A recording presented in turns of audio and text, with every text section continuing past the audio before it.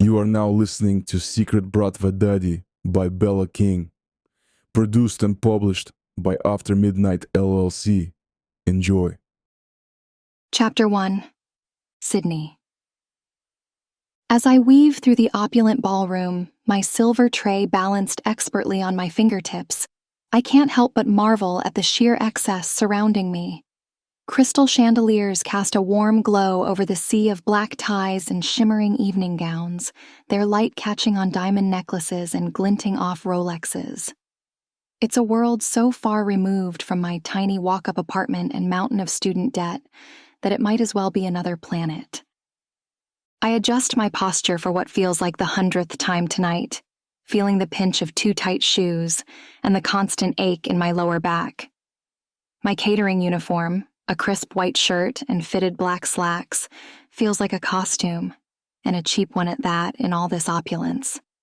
It makes every gaze skip over me like I'm nothing but another piece of furniture. But that's the point, isn't it? To blend in, to become part of the background at these glittering events where the rich and powerful play their games. I'm used to being invisible at these high society events, just another faceless server gliding between clusters of the elite.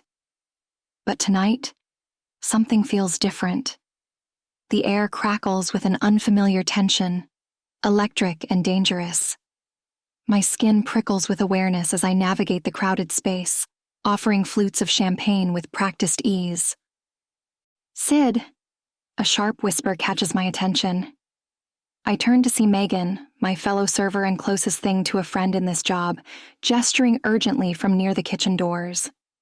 I make my way over, careful not to jostle my precariously balanced tray. "What's up?" Megan's eyes are wide, a mixture of excitement and trepidation. "You'll never guess who just arrived," she hisses, leaning in close. "Avros Petrov himself." My breath catches. Everyone in the city knows that name, spoken in equal parts admiration and fear. The Russian business tycoon who rose from nothing to build an empire, his influence stretching into every corner of our lives. Rumors swirl about his methods, about the dark underbelly of his success. But nothing's ever been proven. "I thought this was his party," I whisper back, confused. "At his mansion." Megan rolls her eyes. "Yeah, but you know how these bigwigs are. Show up fashionably late to their own events, make a grand entrance, if they even show up at all. But listen," she grabs my arm, her voice dropping even lower. "Be careful out there, okay?" I overheard some of the security guys talking. Apparently there's been some kind of threat against Petrov. That's why there are so many armed men around. As if to emphasize her point, a group of men with slicked back hair and predatory smiles passes by. I can't help but notice the telltale bulge beneath their impeccably tailored jackets. The shadow of a piece, poorly concealed, like they don't even care if everyone knows they're carrying. Or maybe they want us to know. My heart rate quickens. "Jesus," I breathe. "What have we gotten ourselves into?" Megan shrugs, but I can see the worry in her eyes. "Just keep your head down and do your job. We're here to serve drinks, not get caught up in whatever's going on. Now come on, your tray's looking a little empty."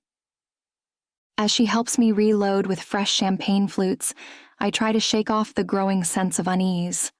This job might not be glamorous, but it pays well enough to keep me afloat while I try to find something better. I can't afford to lose it because I got spooked by some rich guy's drama. Back out on the floor, the steady hum of conversation washes over me. It's a blend of languages that speaks to the international nature of tonight's gathering. But one tongue dominates, the harsh, rolling syllables of Russian. It seems to come from every direction, accompanied by the clink of glasses and the rustle of expensive fabric. I catch snippets of gossip as I move through the crowd, offering drinks with a polite smile. "Did you hear about the judge who suddenly dropped that case against Petrov Industries? I heard his daughter got into Harvard. Full ride. Funny timing, don't you think?" "Shh, you know better than to talk about such things.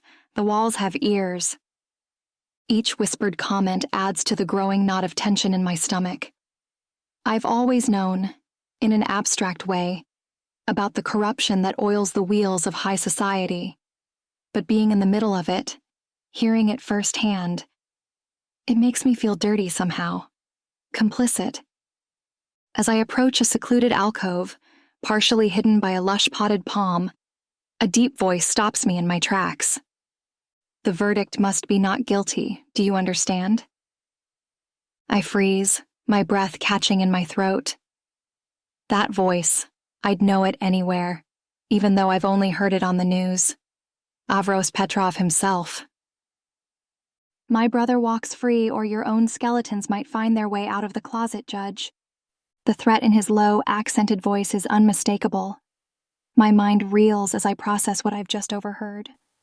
Jury tampering, blackmail, the kind of thing that could ruin careers and lives if it ever came to light. My career, most easily of all. I should leave, now, before I'm noticed. But my feet seem rooted to the spot, my body betraying my mind's frantic commands to flee. You can't do this, another voice hisses, trembling with a mixture of fear and indignation. It's not right. The evidence is whatever I say it is, Petrov cuts him off, his tone icy. You've taken my money for years, Judge. Did you really think there wouldn't be a price? You've sold your soul, and it's time to pay up. My heart thunders in my chest, so loud I'm sure they must be able to hear it. I need to move, to get away before... But as I finally manage to turn, disaster strikes. My elbow catches on a nearby champagne flute, sending it tumbling to the ground. The crystal shatters on the marble floor, the sound echoing like a gunshot in the sudden silence. Time seems to slow as I raise my eyes, already knowing what I'll find. Steel blue eyes, cold and calculating, lock onto mine from the shadows of the alcove. Avros Petrov stares at me with an intensity that steals the breath from my lungs. In that moment, I know with bone-deep certainty that my life is about to change forever. You there, Avros says, his voice deceptively calm. Come here. My feet move of their own accord, drawn by the dominating command in his voice which somehow fills the room. As I step closer, I get my first real look at the man who holds the fate of the city in his hands. He's breathtaking, even more handsome in person. Tall and broad-shouldered, with sharp Slavic features and a neatly trimmed beard. His tailored suit clings to every hard plane of muscle, hinting at the raw power contained within. But it's his eyes that capture me, icy blue and utterly ruthless. I don't believe we've met, he says, his accent thicker up close. What's your name, Krasavitsa? Sidney, I stammer, cursing the tremor in my voice. Sidney Reeves. A slow smile spreads across his face, predatory and appreciative all at once. Sidney, he repeats, as if tasting the syllables. Tell me, how much did you hear just now? My heart pounds against my ribs. This is it, the moment that will determine whether I walk out of here alive or disappear without a trace. There isn't a good answer, is the unfortunate thing. I wet my suddenly dry lips, acutely aware of how his gaze tracks the movement, wondering why my cheeks heat. Nothing, sir, I lie, praying he can't see the fear in my eyes. I was just passing by and accidentally knocked over the glass. I'm so sorry for the disturbance. Avros studies me for a long moment, his expression unreadable. Then he chuckles, the sound raising the hairs on the back of my neck. You're a terrible liar, Sidney Reeves, he murmurs, reaching out to tuck a stray curl behind my ear. His fingers linger on my cheek, scorching hot against my skin. But I admire your bravery. Not many would dare to try and deceive me, especially in such circumstances. I swallow hard, trapped by his intense gaze. I should get back to work, I manage, gesturing weakly with my now empty tray. I don't think so, Avros says, his tone brooking no argument. He plucks the tray from my hands and sets it aside, never taking his eyes off me. You and I need to have a little chat, somewhere more private. As he places a large hand on the small of my back, guiding me away from prying eyes and ears, I can't help but shiver. Whether from fear or something else entirely, I'm not sure. All I know is that in the space of a few heartbeats, my entire world has shifted on its axis, and Avros Petrov is at the center of it all, a dark star threatening to pull me into his orbit. God help me, but part of me wants to let him. Chapter 2. Avros. I guide the trembling redhead through the winding corridors of my mansion, my mind racing. The click of her heels on the marble floor echoes in the cavernous space, a staccato rhythm that matches the pounding of my heart. I'm used to dealing with threats, eliminating them swiftly and without mercy. But something about this woman gives me pause. She's not the typical threat, easy to get rid of, a fellow slimy criminal or a good guy on the take. Instead, she's just normal, ordinary, untouched. As we pass the grand staircase, I catch her wide-eyed stare at the crystal chandelier overhead, the priceless artwork adorning the walls. Her reaction to the opulence surrounding us is refreshingly genuine. No calculated avarice, just open wonder. My security detail flanks us, their presence a silent reminder of the dangers that lurk beyond these gilded walls. I notice how Sydney flinches when one of them shifts, the telltale bulge of a shoulder holster visible beneath his jacket. Her fear is palpable, but there's a steel in her spine that intrigues me. We reach my office, a testament to power and wealth. Dark wood paneling lines the walls, interspersed with shelves of leather-bound books. The massive desk that dominates the room has witnessed countless deals and threats. Mostly the latter, if I'm being honest. People in my position rarely use the carrot before reaching for the stick. As I close the heavy oak door behind us, I notice her taking in every detail. Smart girl. She's looking for escape routes. She won't find any, but I have to give it to her for trying. Sit, I command, my voice a mix of silk and steel. She obeys without hesitation, perching on the edge of a leather armchair. Her submissive obedience pleases me in a way I wasn't expecting. I circle her slowly, enjoying the way my nearness sets her on edge. I need to know how much she heard, who she might tell. But more than that, I find myself captivated by her presence. Her scent wafts up to me, a light, floral fragrance, undercut by the sharp tang of fear-induced sweat. It's an intoxicating mixture.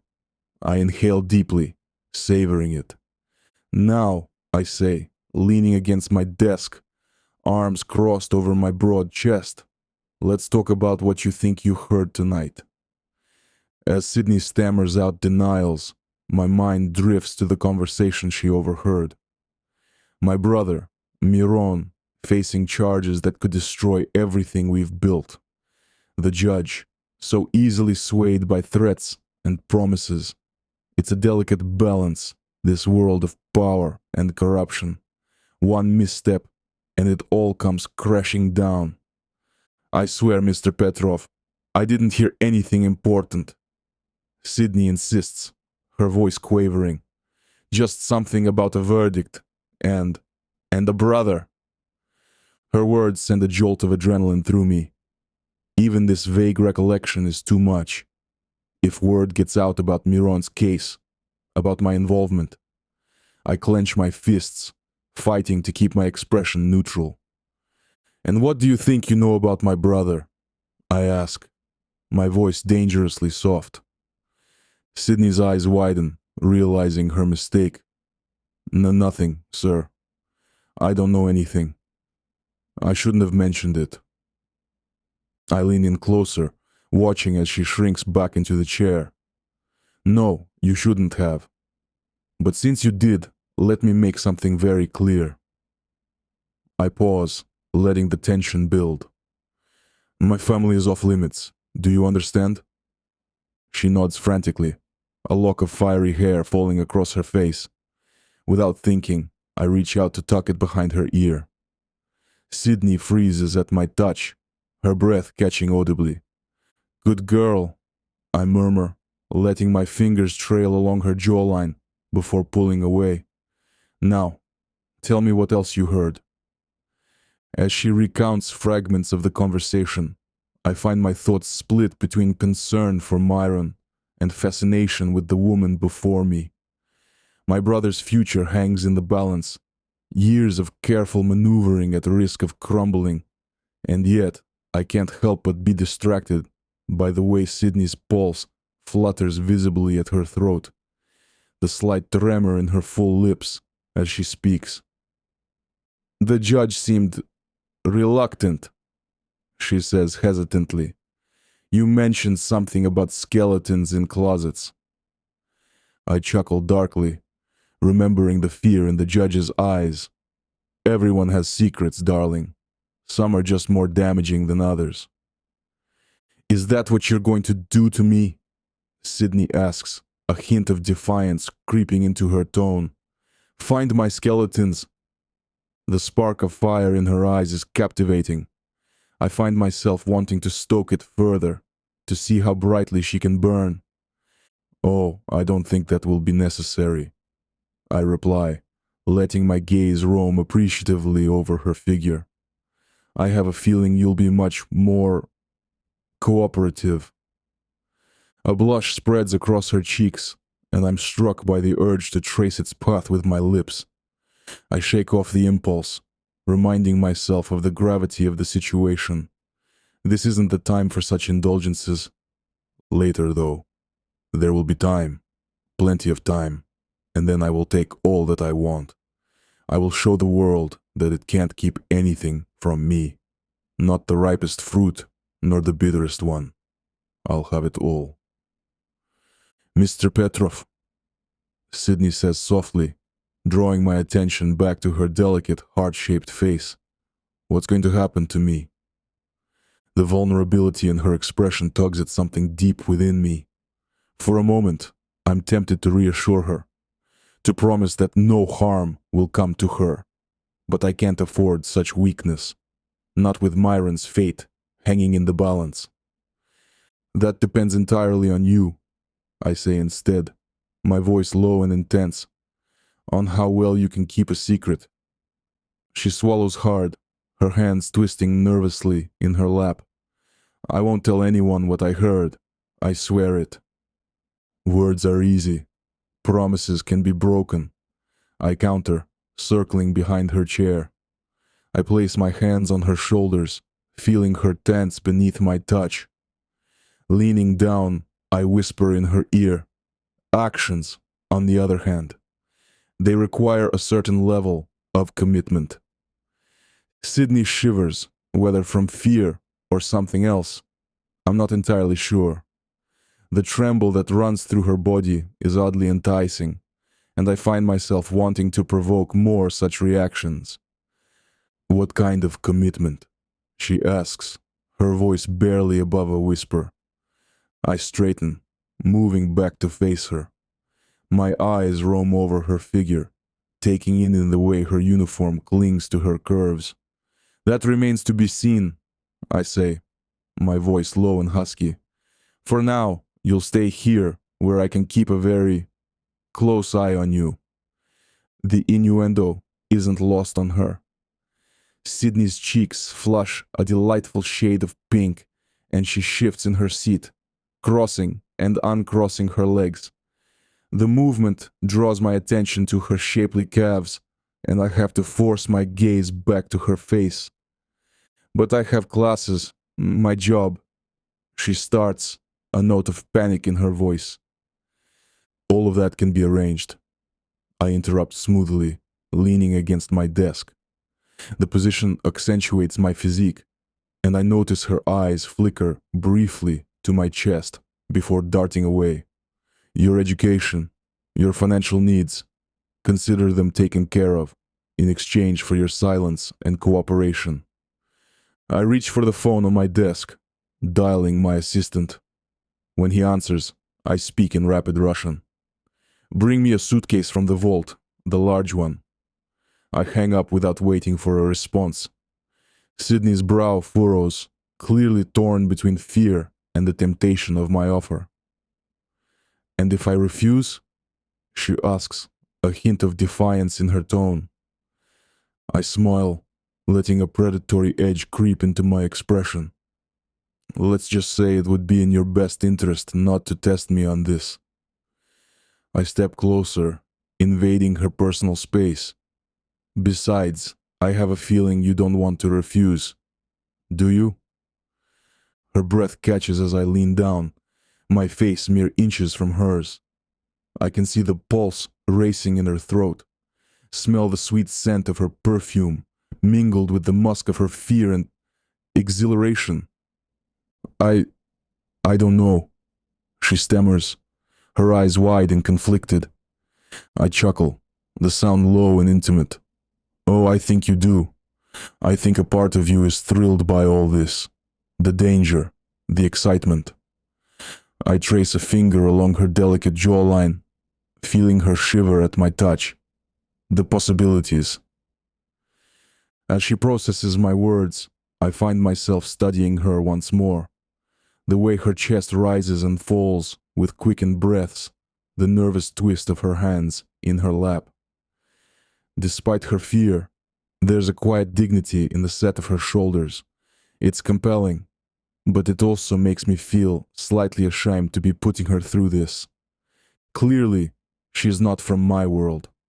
She's an outsider, an innocent woman with no business brushing shoulders with the likes of men like me. And yet, she has. So I have no choice but to continue on with her, hoping for her sake that I don't have to take even more drastic measures. A knock at the door interrupts the moment. My assistant enters with the requested suitcase, setting it on my desk before departing, silently. I straighten, moving to open the case. The sight of neatly stacked bills seems to render Sydney speechless. Good. Let her see the power I wield, the resources at my disposal. Now, I say, turning back to her with a predatory smile, shall we discuss the terms of our arrangement? I can't afford to dwell on these distractions now, not with this unexpected complication sitting before me, all flame-red hair and emerald eyes. And yet, I find myself inexplicably drawn to her. As she takes a shaky breath, the way she bites her lower lip in nervousness, it all calls to something primal within me. Even as the weight of Miron's predicament presses down on me, I can't deny the electric current of attraction humming between us. It's dangerous, this pull I feel towards her. A complication I neither expected nor need.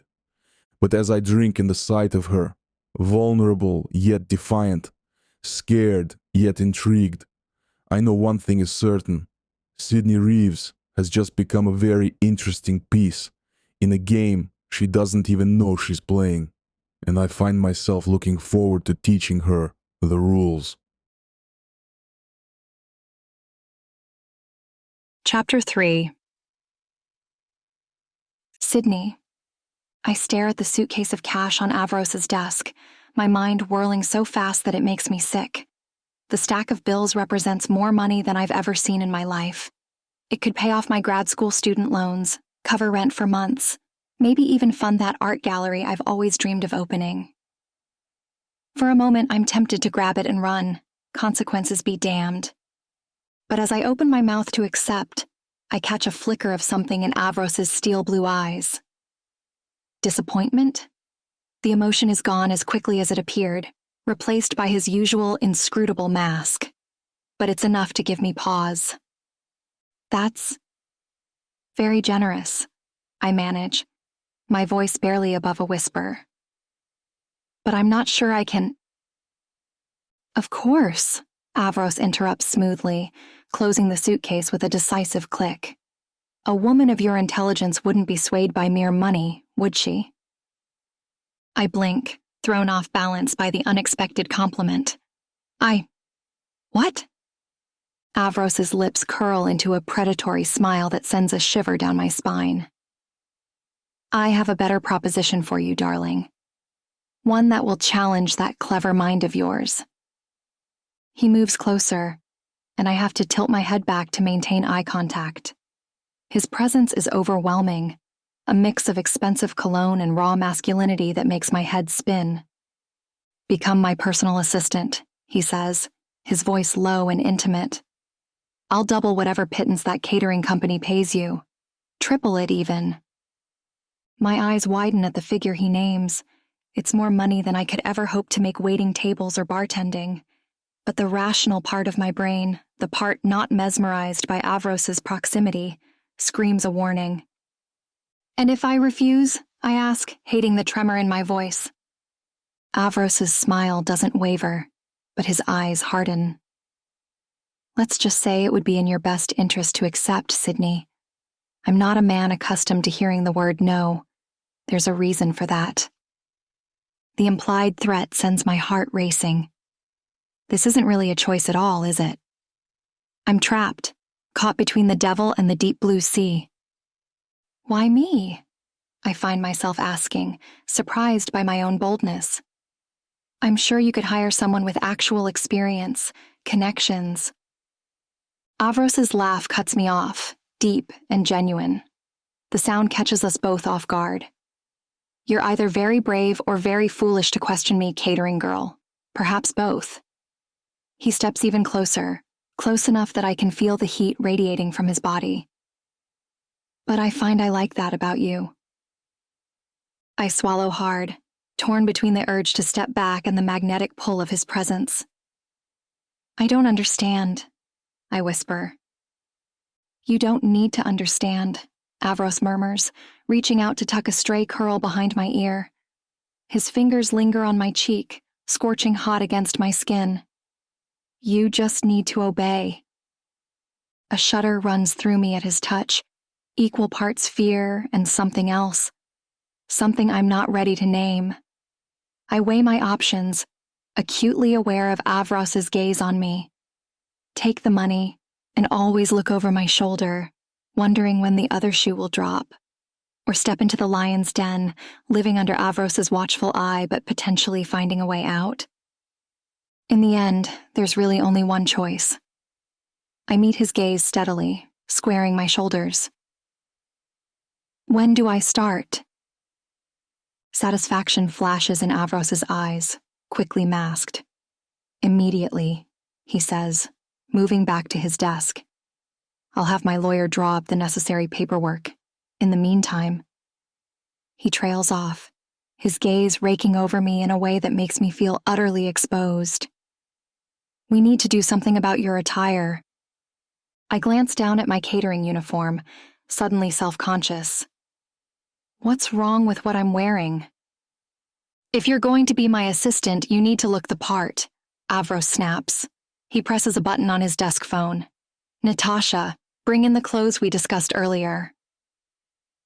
Before I can process what's happening, a sleek woman in a tailored suit enters, carrying a garment bag.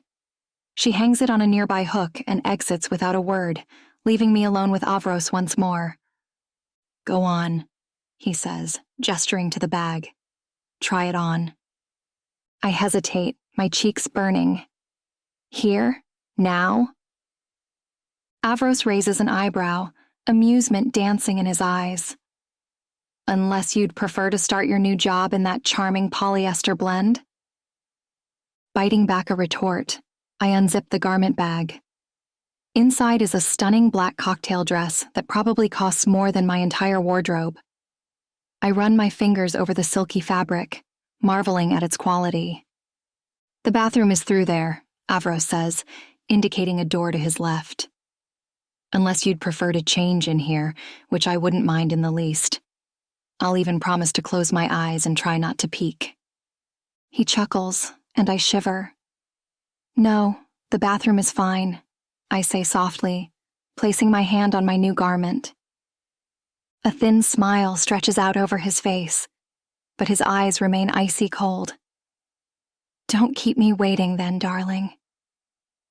I hurry into the opulent bathroom, hardly able to keep my balance. Closing the door behind me shuts out some of the anxiety, but it doesn't cure it entirely. I know that when I go back out there, I'll have to face the devil again. As I strip off my uniform, I catch sight of myself in the full-length mirror. Pale skin, flushed cheeks, wide eyes filled with a mixture of fear and excitement. What am I doing? How did I end up here, changing clothes in the private bathroom of one of the most dangerous men in the city? The dress fits like a glove, clinging to curves I didn't even know I had. When I emerge from the bathroom, Avros's eyes darken with appreciation. Beautiful, he mutters, circling me slowly. You clean up nicely, catering girl. I should be offended by his patronizing tone, but instead, I feel a thrill of pleasure at his approval. What is wrong with me? Now then, Avros says, all business once again. Let's discuss your duties. As he outlines my new role, I find myself struggling to focus. The weight of what I've agreed to is starting to sink in. I've essentially sold myself to a man I barely know, a man with obvious criminal connections. And yet, part of me is exhilarated by the danger, the unknown. You'll be handling my schedule, screening my calls, and assisting with various sensitive matters, Avros explains, his voice a low rumble that sends shivers down my spine. I can't help but wonder what those sensitive matters might entail. The sound of him threatening the judge earlier flashes through my mind.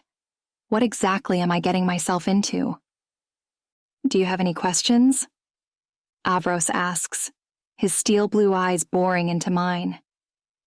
1,000 questions dance on the tip of my tongue. What was he doing with that judge? Why does he need me, specifically? What happens if I mess up? But fear keeps me silent. Instead, I shake my head mutely. Avros's lips curl into a knowing smirk. You're curious, aren't you? I can see it in your eyes. He steps closer, his presence overwhelming. But you're afraid to ask. Smart girl. My breath catches as he reaches out, tucking a stray curl behind my ear. His touch lingers, scorching hot against my skin. For a moment, I'm caught in his gaze, drowning in those icy depths. There's danger there, yes, but also something magnetic, irresistible. Sydney? Avros's voice cuts through the haze of my thoughts. Are you listening? I snap back to attention, feeling heat rush to my cheeks. Yes, sir. Sorry, it's just a lot to take in. His expression softens slightly, surprising me. I know, but you'll adapt quickly, I'm sure. He tilts my chin up with one finger, forcing me to meet his eyes. You're stronger than you give yourself credit for, darling. The unexpected gentleness in his touch sends a shiver through me. For a moment, I see a glimpse of the man behind the ruthless facade. Someone capable of kindness, of genuine emotion. But then it's gone, replaced by his usual mask of cool authority. That's enough for tonight, he says, stepping back. We'll continue this discussion tomorrow. For now, let me show you to your new room. I blink, confusion clouding my thoughts. My room? Avros's smile is wicked, laced with hidden meaning. Did you think I'd let my new assistant out of my sight, Sydney? You'll be staying here from now on. It's safer that way for both of us. The implications of his words hit me like a tidal wave. This isn't just a job. It's a complete upheaval of my life. I open my mouth to protest, but the steely glint in Avros's eye silences me. I nod, suddenly exhausted. Oh, and Sydney? There's a predatory smile curving his lips. Don't think about running. You're mine now, darling. Best get used to it. His words send a shiver down my spine, equal parts fear and something else. Something I'm not ready to name. I understand. I manage, my voice barely above a whisper. Avros's eyes darken as he closes the distance between us once more. His hand cups my cheek, thumb brushing across my lower lip. Do you? He murmurs, his voice low and intimate. I don't think you do. Not yet. But you will. For a moment, I think he might kiss me. Part of me, a traitorous, reckless part, wants him to. But he steps back, leaving me breathless and confused. I'll show you to your room now, Sydney, he says, putting distance between us like it's nothing, even though for some reason the sudden lack of his touch leaves me aching. Follow me. Chapter 4. Avros. I stand at the window of my study, my eyes fixed on the figure moving gracefully through the gardens below. Sydney's flame-red hair catches the early morning light, a beacon drawing my gaze inexorably to her. She pauses to admire the rose bushes, her slender fingers brushing the delicate petals with a reverence that stirs something deep within me. Those were my mother's favorites. The thought comes unbidden, a memory I usually keep locked away. I have the sudden, irrational urge to join Sydney, to share that piece of history with her, to see her eyes light up with interest, to watch her drink in every detail of my past. I shake my head, trying to dislodge these dangerous thoughts. What the hell is wrong with me? Sydney isn't here for some romantic stroll through memory lane. She's here because I need to keep her close, to ensure my family's secrets stay buried. Nothing more.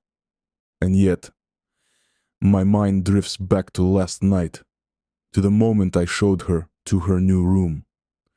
The blue room, with its panoramic view of the grounds and the best vantage point for watching the sunrise. I'd ordered it prepared without a second thought, wanting her to have the finest accommodations my home had to offer.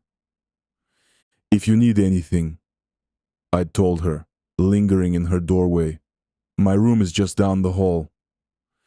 I'd seen the flash of understanding in those emerald eyes, the slight parting of her full lips. The air between us had crackled with tension, heavy with unspoken possibilities. It had taken every ounce of self-control to step back, to remember why she was really here. But now, in the harsh light of day, I find myself questioning my own motives. Why did I choose that particular room for her? Why did I spend hours personally selecting a wardrobe of designer clothes in her size, adding a note that she was to spare no expense if she needed anything else? I'm not a man given to indulgence or unnecessary luxury. Everything I do serves a purpose, advances my goals in some way. So, what purpose does spoiling Sydney serve? A knock at the door interrupts my brooding. "Enter," I call out, not taking my eyes off Sydney's form below. "Boss." "It's Alexei, my head of security. The package you requested has arrived." I turn, raising an eyebrow at the large, unmarked box in Alexei's arms. "Excellent. Set it on the desk." As Alexei complies, I catch the flicker of curiosity in his usually impassive gaze. He's wondering about the contents, about why I've taken such a personal interest in our new guest. "Is there something else?" I ask, my tone a warning. Alexei hesitates, then shakes his head. "No, sir. Will that be all?" I dismiss him with a wave, turning my attention to the box. Inside is a state-of-the-art laptop, loaded with all the software Sydney will need to perform her duties as my assistant, and a few extra features to ensure I can monitor her activities closely. It's a necessary precaution, I tell myself, nothing more. But as I set up the computer on the antique desk, I've had moved into Sydney's room, I can't shake the feeling that I'm trying to convince myself of something, that there's more to this situation, to my interest in Sydney, than mere practicality, more to it than just protecting the family, protecting my brother from harm. I'm still mulling over these unsettling thoughts when a soft knock sounds at the study door. "Come in," I call out, straightening to my full height. Sydney enters, looking like she stepped out of the pages of a high-fashion magazine in one of the dresses I selected for her. The emerald green silk clings to her curves in a way that makes my mouth go dry. Her fiery hair cascades over one shoulder in loose waves, and I'm struck by the urge to bury my hands in those silken tresses. "Good morning, Mr. Petrov," she says, her voice soft but steady. "I hope I'm not interrupting." "Avros," I correct her automatically. "And no, you're not interrupting. I was just about to send for you." Sydney nods, taking a hesitant step into the room. Her eyes dart around, taking in every detail with obvious curiosity. When her gaze lands on the laptop, her brow furrows slightly. "Is that—" She trails off, uncertainty coloring her tone. "Your new work computer," I confirm, gesturing for her to come closer. "Come, I'll show you how to use it." As Sydney approaches, I'm acutely aware of her presence. The subtle floral scent of her perfume teases my senses, making it difficult to focus on the task at hand. I find myself standing closer than strictly necessary as I walk her through the computer's features, my chest nearly brushing her back. "This all seems very advanced," Sydney comments, her fingers hovering over the keyboard. "I'm not sure I'm qualified." "Nonsense," I interrupt, placing a hand on her shoulder. She tenses slightly at the contact, but doesn't pull away. "You're more than capable, darling. I wouldn't have chosen you otherwise." Sydney turns her head, meeting my gaze. This close, I can see the flecks of gold in her green eyes, the light dusting of freckles across the bridge of her nose. My thumb traces small circles on her shoulder of its own accord, the heat of her skin addictive. "Why did you choose me?" she asks, her voice barely above a whisper. "You could have just bought me off with money instead of hiring me to be your assistant. There must be dozens of more qualified candidates." "I told you," I murmur, leaning in closer. "I like your spirit, your intelligence, your adaptability. I want to keep you close to me, and this is the best way to do that." Sydney's breath hitches, her lips parting slightly. For a moment, I'm tempted to close the distance between us, to claim that pretty mouth with my own. To hell with resisting when I crave her so deeply. But then, reality reasserts itself. I step back, dropping my hand from her shoulder. "Now," I say, my voice rough with suppressed lust, "let's begin your training." The next few hours pass in a blur of explanations and demonstrations. Sydney proves to be a quick study, absorbing information at an impressive rate. I find myself impressed by her sharp mind, the insightful questions she asks. "So, this encrypted messaging system," Sydney says, her brow furrowed in concentration. "It's for communicating with your associates." I nod, leaning over her shoulder to point at the screen. "Exactly. Every message is coded and self-destructs after reading. It's essential for sensitive information." She turns her head slightly, those green eyes meeting mine. "What kind of sensitive information?" I can't help but smirk. "The kind you don't need to worry about, darling. At least not yet." As we work, I can't help but notice the little things about her. The way she bites her lower lip when concentrating on a particularly complex task. The delicate curve of her neck as she bends over the keyboard, a stray curl falling forward to brush her collarbone. The flash of a leg revealed by the slit in her dress when she crosses and uncrosses her legs. A tantalizing glimpse of smooth skin that makes my mouth go dry. "What about this folder?" Sydney asks, gesturing to an icon on the desktop. "It's locked." I place my hand over hers on the mouse, guiding it away. "That's not for you. Some secrets are best left undiscovered." She shivers at my touch, a light blush coloring her cheeks. "I understand," she whispers, but I can see the curiosity burning in her eyes. It's maddening, this constant awareness of her. I've never been so distracted by a woman before, never felt this overwhelming urge to possess, to claim. Every accidental brush of her arm against mine, every soft intake of breath, it all sets my nerves on fire. "Avros." Sydney's voice cuts through my thoughts. "Did you hear me?" I blink, realizing I've been staring. "My apologies. What were you saying?" She gives me a quizzical look. "I was asking about the schedule for tomorrow. There's a meeting marked M situation. What does that mean?" For a moment, I'm tempted to tell her everything. About Myron, about the charges, about the lengths I'm going to in order to protect him. But I hold back. She's not ready for that level of involvement. Not yet.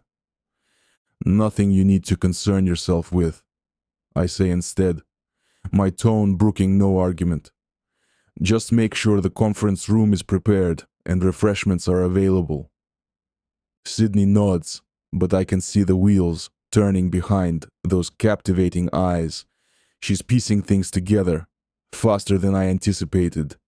It's both impressive and dangerous. I need to be more careful around her. But with every passing minute, I'm finding that easier said than done. "I think that's enough for now," I say abruptly, needing to put some distance between us before I do something rash. "Take a break, familiarize yourself with the grounds. We'll continue this afternoon." Sydney looks up, surprise evident on her face. "Oh, all right. Thank you, Avros." The sound of my name on her lips sends a jolt of electricity through me. I clench my fists at my sides, fighting the urge to pull her into my arms. "You're welcome," I manage, my voice gruffer than intended. "And Sydney?" She pauses at the door, looking back at me with those mesmerizing green eyes. "Yes?" "Remember what I said. You're mine now. Don't forget it." A shiver runs through her, visible even from across the room. Fear, excitement, both. I can't be sure, but the sight of it stokes the fire burning in my veins. As Sydney leaves, closing the door softly behind her, I sink into my chair with a groan. What the hell am I doing? This woman is a complication I can't afford. Not with Myron's trial looming and my enemies circling like vultures. And yet, I can't bring myself to regret bringing her into my world. The thought of letting her go, of never seeing those green eyes flash with defiance, or watching that lush mouth curve into a smile, it's unthinkable. I'm playing a dangerous game, one with stakes higher than I've ever encountered. But as I replay every moment of our interaction, every fleeting touch and loaded glance, I can't help but think, some games are worth the risk. Chapter 5. Sydney. The knife glides effortlessly through the crisp vegetables, the rhythmic chopping a soothing balm to my frayed nerves. For a moment, I can almost pretend I'm back in my tiny apartment kitchen, preparing a simple meal after a long day of classes and work. But the gleaming stainless steel surfaces and state-of-the-art appliances surrounding me are a stark reminder of my new reality. I'm not just Sydney Reeves, struggling grad school art student anymore. I'm… What, exactly? Avros Petrov's personal assistant? His prisoner? His… I shake my head, banishing the dangerous thought before it can fully form. Focus on the task at hand, I tell myself. Dinner. Just dinner.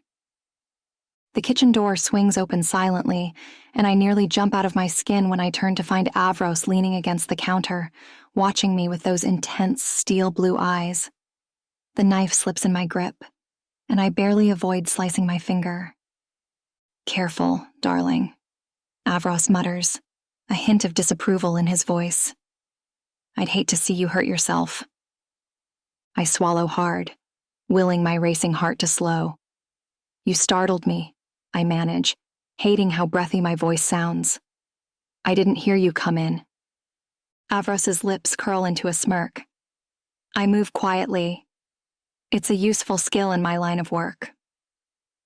The casual reference to his work sends a chill down my spine, a stark reminder of who he really is, of the danger I'm in. And yet, I can't deny the thrill that courses through me at his proximity. There's an electric prickle on the back of my neck when he moves, and every time his vivid eyes dart over my body, I feel like my body is going to explode into a ball of blue flames. I hope you like beef stroganoff, I say, desperate to break the charged silence. It's one of the few Russian dishes I know how to make. Avros raises an eyebrow, looking genuinely surprised. You know how to make stroganoff? I shrug, feeling oddly self-conscious. My grandmother was Russian. She taught me a few recipes before she passed. Something flickers in Avros's eyes.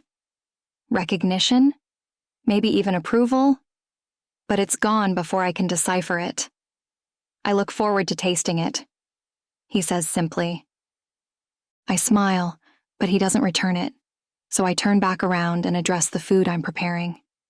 As I return to my cooking, I'm acutely aware of Avros's presence behind me. He doesn't speak, content to watch me work in silence. The weight of his gaze is like a physical touch, raising goosebumps on my skin.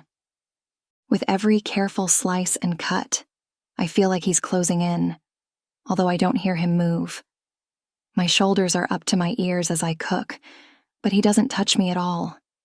He's not even that close when I risk a peek over my shoulder. He's just standing there, watching me with the same curiosity one would give an animal in the zoo.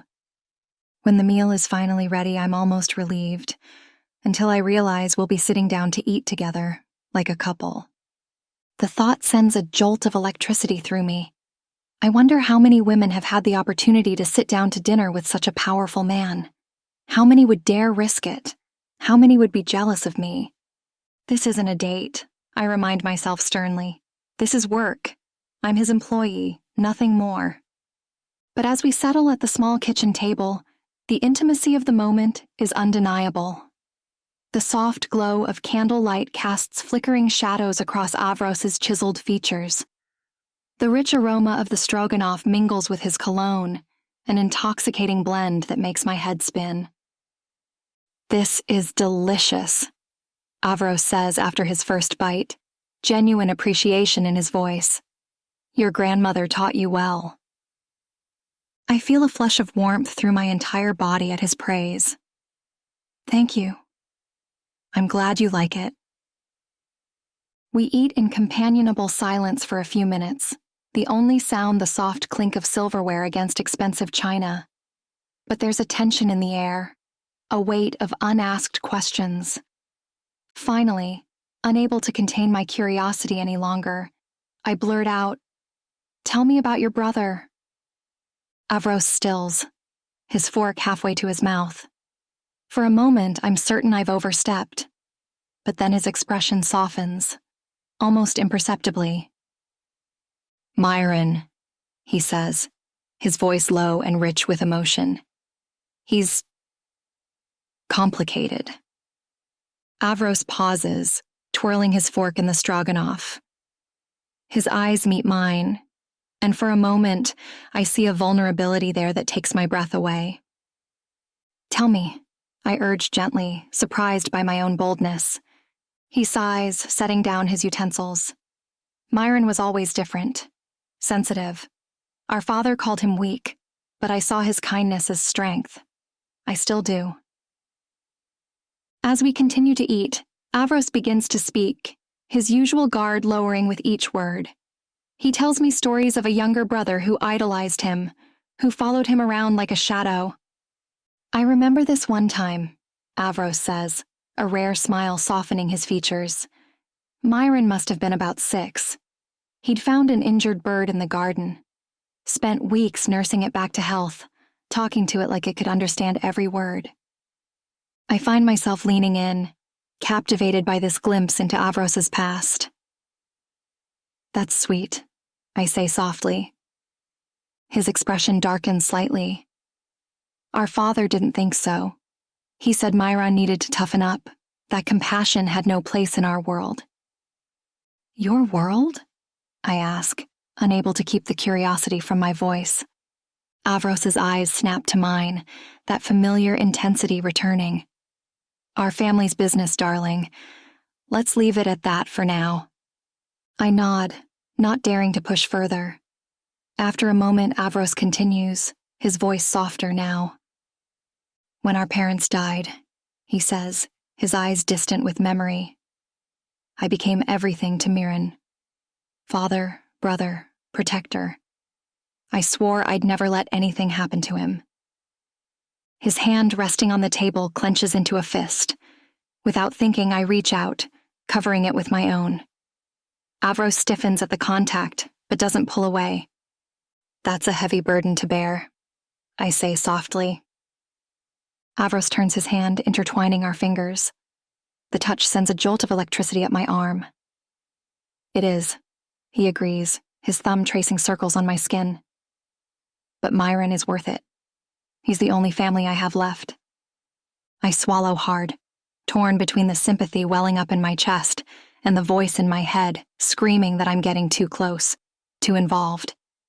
And now? I ask, my voice barely above a whisper. With the trial. Avros's grip on my hand tightens almost painfully. Now, I'll do whatever it takes to keep him safe. Whatever it takes, Sydney. Please understand, I'm not the type of man to say something like that lightly. I mean it with every ounce of spirit in my body. The intensity in his voice sends a shiver down my spine. It's both thrilling and terrifying, this glimpse of the lengths Avros will go to for those he loves. I see a different side of Avros in that moment, not the ruthless boss, but a man driven by deep, unwavering family loyalty. It's humanizing, almost endearing. But then reality crashes back in as Avros continues. That's why I have to win this case. Myron made a mistake, yes, but he doesn't deserve to rot in prison for it. My fork clatters against my plate. A mistake? I repeat, unable to keep the disbelief from my voice. Avros, it's all over the news that he killed someone. I saw it myself. Avros's eyes harden, the warmth of moments ago replaced by icy determination. It was self-defense. Josiah would have killed him if Myron hadn't struck first. I shake my head, struggling to reconcile the man who spoke so lovingly of his brother with the one now justifying murder. Even if that's true, tampering with the jury, it's wrong. It's necessary. Avros cuts me off, his tone brooking no argument. You don't understand the world we live in, darling, the things we have to do to survive. I want to argue, to make him see reason, but the steel in his gaze silences me. This is the Avros Petrov I first met. He's dangerous and unyielding, a man who will stop at nothing to protect what's his. And yet, as the night wears on, that hardness begins to soften again. We talk of lighter things, childhood memories, favorite books, and dreams for the future. So, little artist, Avros says, his voice teasing. Tell me about this gallery you dream of opening. I feel a blush creep up my cheeks. It's silly, really. Nonsense, he interrupts, leaning forward. I want to hear every detail. As I describe my vision, Avros listens intently, asking thoughtful questions. I find myself laughing at his dry humor, leaning in to catch his whispered confessions. You know, he says at one point, I always wanted to learn to paint. Perhaps you could teach me someday. It feels dangerously like a date, and I have to keep reminding myself why I'm really here. That this isn't real, no matter how genuine Avros's smile seems, or how my heart races when our eyes meet. Another glass? Avros asks, reaching for the wine bottle. Please, I reply, my voice huskier than intended. But when Avros's hand brushes mine as he pours, I can't ignore the spark that jumps between us. The air thickens, charged with possibility. Sydney? Avros murmurs, his voice husky. He leans in, close enough that I can feel the warmth of his breath on my cheek. The shrill ring of a phone cuts through the moment like a knife. Avros jerks back, cursing under his breath in Russian. He pulls out a sleek black cell and answers with a curt, yes. As he speaks rapid-fire Russian, his expression growing darker by the second, I try to calm my racing heart. What just happened?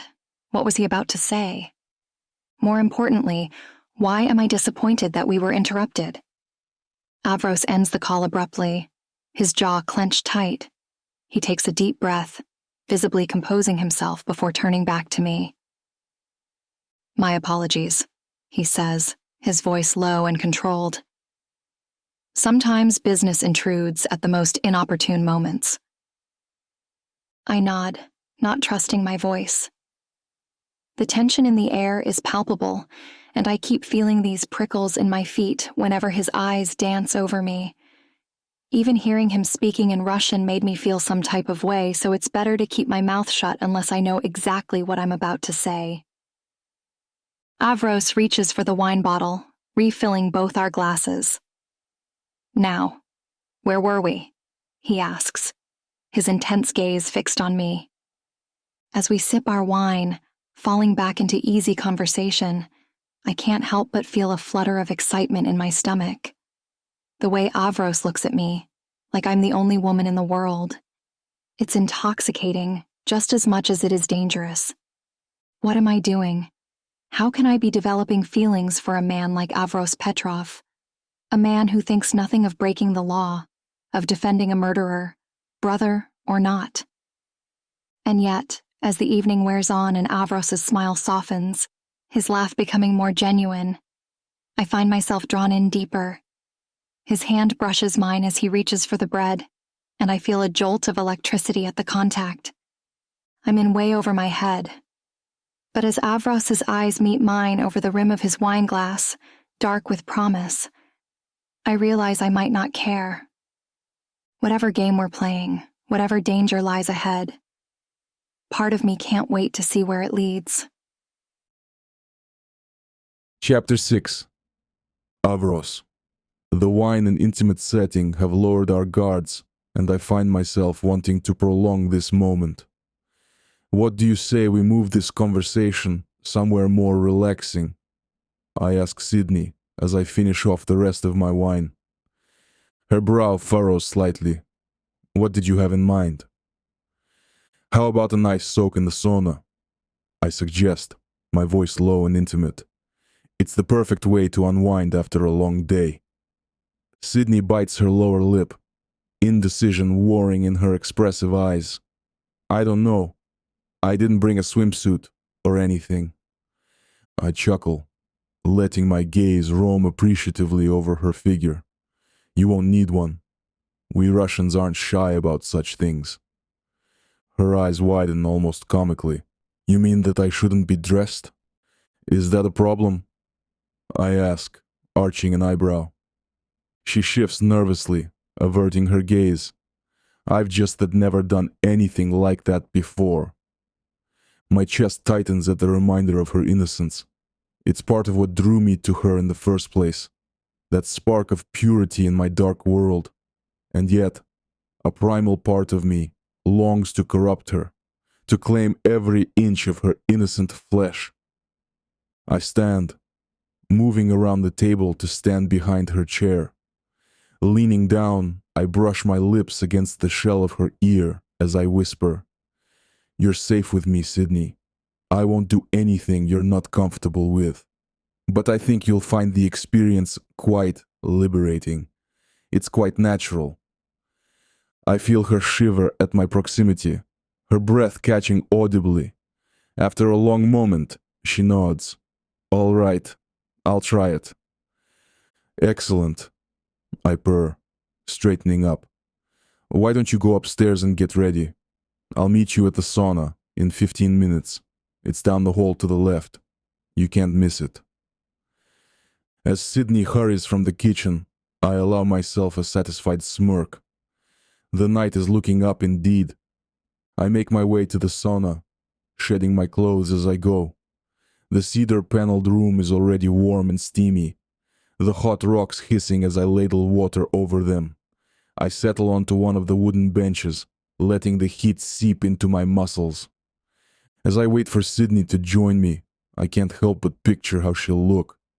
All pale skin and lush curves, glistening with a sheen of sweat. I'll have to be careful not to push her too far too fast. But a little harmless flirtation never hurt anyone. The door creaks open, admitting a waft of cooler air. I sit up straighter, anticipation thrumming through my veins. Whatever happens next, I have a feeling it will change everything between us. Sydney enters hesitantly, her eyes widening as they land on me. She clutches a large towel to her body, her knuckles white with tension. I drink in the sight of her shoulders, the graceful curve of her calves, the hint of skin peeking above the towel's edge. "Come, darling," I say, patting the bench beside me. "You can keep your towel on if you wish." She swallows hard, visibly steeling herself before approaching.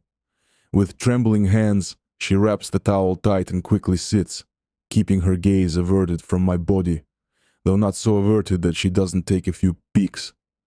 Steam rises around us in the dimly lit sauna, casting everything in a hazy, dreamlike glow. I recline on the wooden bench, unabashed, watching Sydney from hooded eyes. She tries hard to pretend she doesn't see me, a blush creeping down her neck that has nothing to do with the heat. My eyes trace the delicate line of her collarbone, following a bead of sweat as it trails tantalizingly downward. I've seen countless beautiful women in various states, but there's something about Sydney's innocence, her barely concealed vulnerability, that sets my blood on fire. "Relax," I say, my voice low and soothing. "The heat will do you good. It helps with the tension, and God knows too many people carry immense tension with them. It's time to unwind and allow all that to dissolve away into a state of greater relaxation." Sydney nods, her teeth worrying her lower lip in a way that makes me want to soothe the sting with my tongue. "It is nice," she admits softly. "Very primal, somehow." I hum in agreement, shifting slightly to ease the growing tension in my gut. The sauna removes all pretense. It leaves us bare in more ways than one. Her emerald eyes flick to mine, a spark of curiosity igniting behind the nervousness. "Is that why you suggested this? To remove my defenses?" My lips curl into a predatory smile. "Perhaps. Is it working?" To my surprise and delight, Sydney doesn't shy away from my boldness. Instead, she tilts her chin up defiantly, a glimmer of steel beneath her soft exterior. "You tell me, Mr. Petrov." The challenge in her voice stokes the fire burning in my veins. I lean forward, closing the distance between us. "I think it is," I grumble, my gaze locked on hers. "I think you're starting to see the real me, Sydney. The question is, do you like what you see?"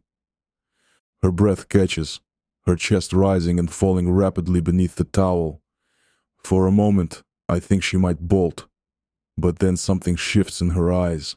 A decision made, a line crossed. "I'm not sure," she whispers, her voice trembling slightly. "You're not what I expected." I reach out, my fingers barely grazing her flushed cheek. Sydney's eyelids flutter at the contact, a soft gasp escaping her parted lips. "And what did you expect, darling?" She swallows hard, her gaze dropping to my chest before darting back up to meet mine. "A monster," she admits quietly. "A cold-blooded killer who cares for nothing but power." Her honesty strikes something deep within me. Before I can stop myself, I find myself sharing more than I intended. "It's not just about power or money," I hear myself saying, my voice low and rough. "Every decision I make, every deal I broker, it's all to keep my family safe, to give Myron the life he deserves." Sydney leans forward slightly, her eyes never leaving mine. "What do you mean?" I run a hand through my damp hair, frustrated by my own inability to turn my thoughts into words. The world we live in, it's unforgiving. One wrong move, and everything I've built could crumble. And Myron, I trail off, the words sticking in my throat. "You're worried about him," Sydney prompts gently. I nod, my jaw clenching. He's not cut out for this life. Too soft, too trusting. If anything happened to him because of my choices, I don't know what I'd do. He's my responsibility, and I feel that I may have already failed to. The thought is too painful to finish. Sydney reaches out, her hand hovering inches from my arm before she seems to think better of it. "That's a heavy burden to bear alone," she says softly. Her compassion, so freely given, both unnerves and attracts me. I find myself wanting to bare my soul further, to let her see the darkness that consumes me. It's a dangerous impulse. "Alone is safer," I growl, leaning closer. "Alone means no one can betray you." Sydney's breath catches, but she doesn't back away. "It also means no one can support you," she counters softly. The tension between us ratchets up another notch, charged with something more complex than mere physical attraction. I search her eyes, looking for any hint of deception, of hidden motives, but all I see is sincere empathy and a curiosity that matches my own. I lean in closer, drawn by the warmth in her voice, the promise of understanding in her eyes. "You're not afraid of me anymore, are you?" I ask, my voice husky with barely restrained desire. Sydney meets my gaze steadily, her chin lifted in that stubborn tilt I'm quickly coming to adore. "Should I be?" My hand moves of its own accord, fingers trailing along the graceful curve of her neck. I'm mesmerized by the contrast of my tanned, calloused hand against her pale, delicate skin. She's like fine porcelain, so easily shattered, and yet there's a core of steel beneath that fragile exterior. It's intoxicating. Just as I'm about to close the final distance between us, to claim those lush lips with my own, Sydney stands abruptly. I need some air," she gasps, fleeing the sauna in a swirl of steam and floral-scented skin. I lean back, a mix of frustration and arousal coursing through me. She's stronger than I gave her credit for. This little catering girl who somehow wormed her way under my skin. Most women would have succumbed to me by now, eager to appease the big bad Russian mobster. But not Sydney. She resists, challenges, surprises me at every turn, and for the first time in years, I find myself genuinely intrigued by a woman. As I sit there in the steam, my body thrumming with unfulfilled desire, one thought echoes through my mind. I want her, not just for a night, but for keeps. I want to unravel every secret, explore every hidden depth. I want to possess her, yes, but also claim her mind, her heart, her very soul. And Avros Petrov always gets what he wants, one way or another. With a thin smile, I rise from the bench. The hunt is on, and Sydney Reeves won't know what hit her. Let the games begin. Chapter 7. Sydney. I rush back to my room, my skin flushed and tingling from more than just the sauna's heat.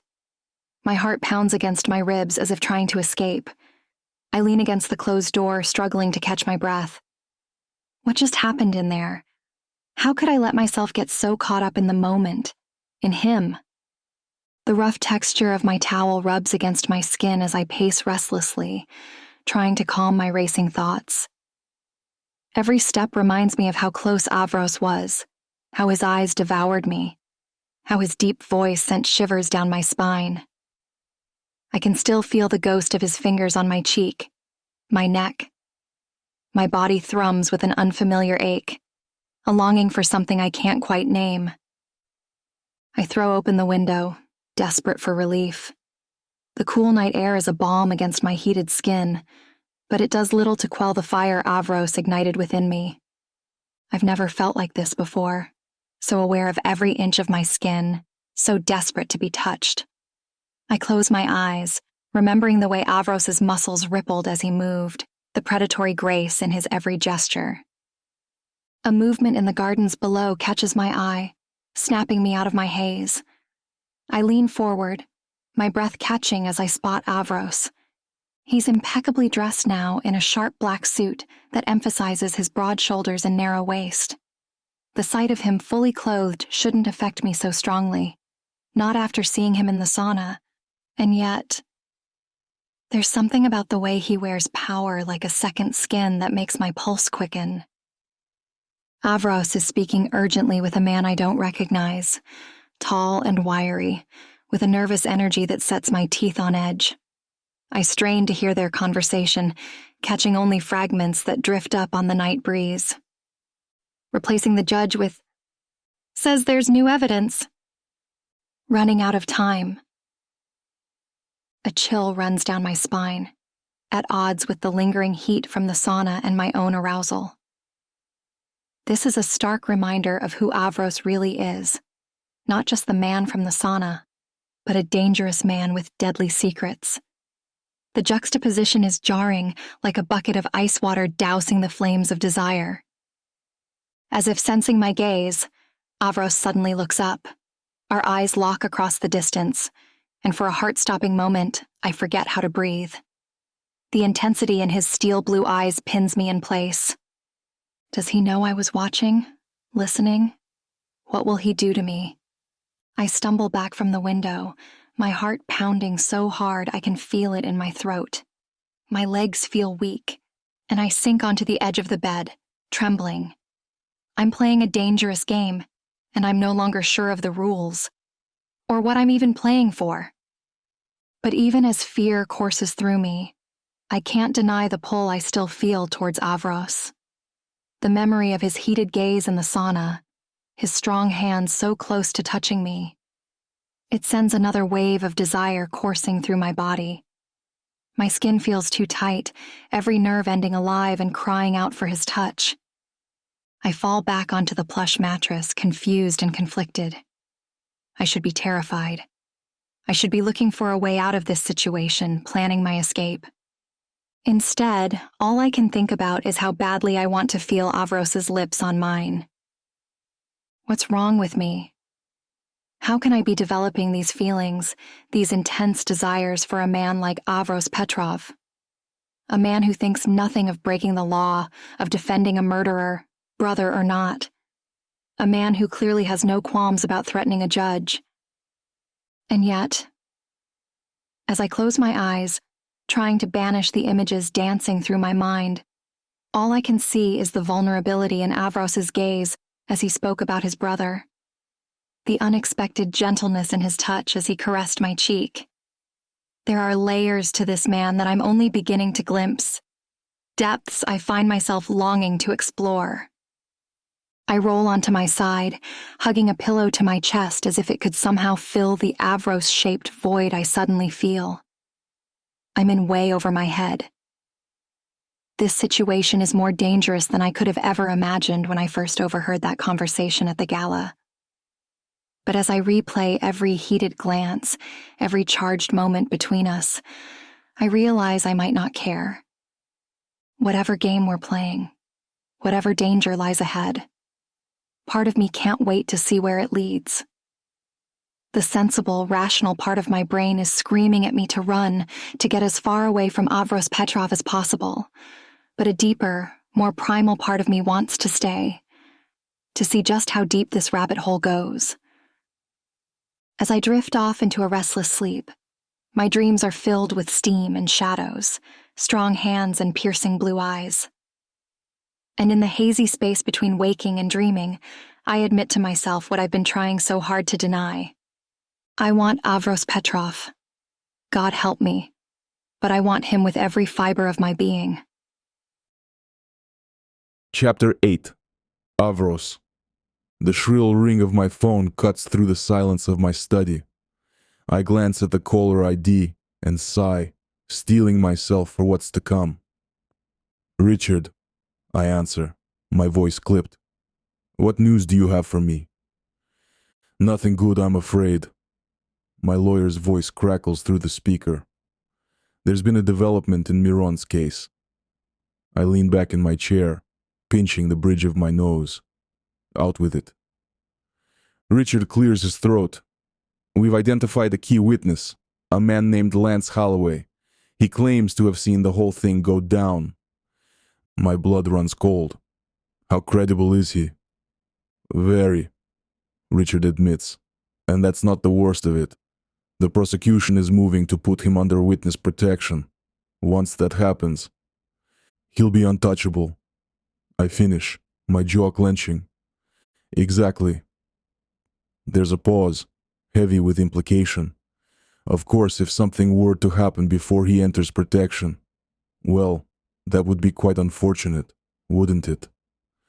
I close my eyes, understanding perfectly what Richard is suggesting. A month ago, I wouldn't have hesitated. One word from me, and Lance Holloway would disappear without a trace. Problem solved. But now, send me everything you have on him, I say finally. I'll consider our options.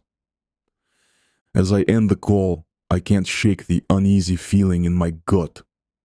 When did I become so hesitant, so conflicted? The soft glow of my desk lamp casts long shadows across the study as I open the file Richard sends over. Lance Holloway's face stares back at me from a grainy photograph. Mid-30s, unremarkable features, the kind of man you'd pass on the street without a second glance. And yet this unassuming figure holds my brother's fate in his hands. I reach for my phone, fingers hovering over the keys. One call. That's all it would take. One word from me, and Lance Holloway ceases to be a problem. It's what the old Avros Petrov would have done without hesitation.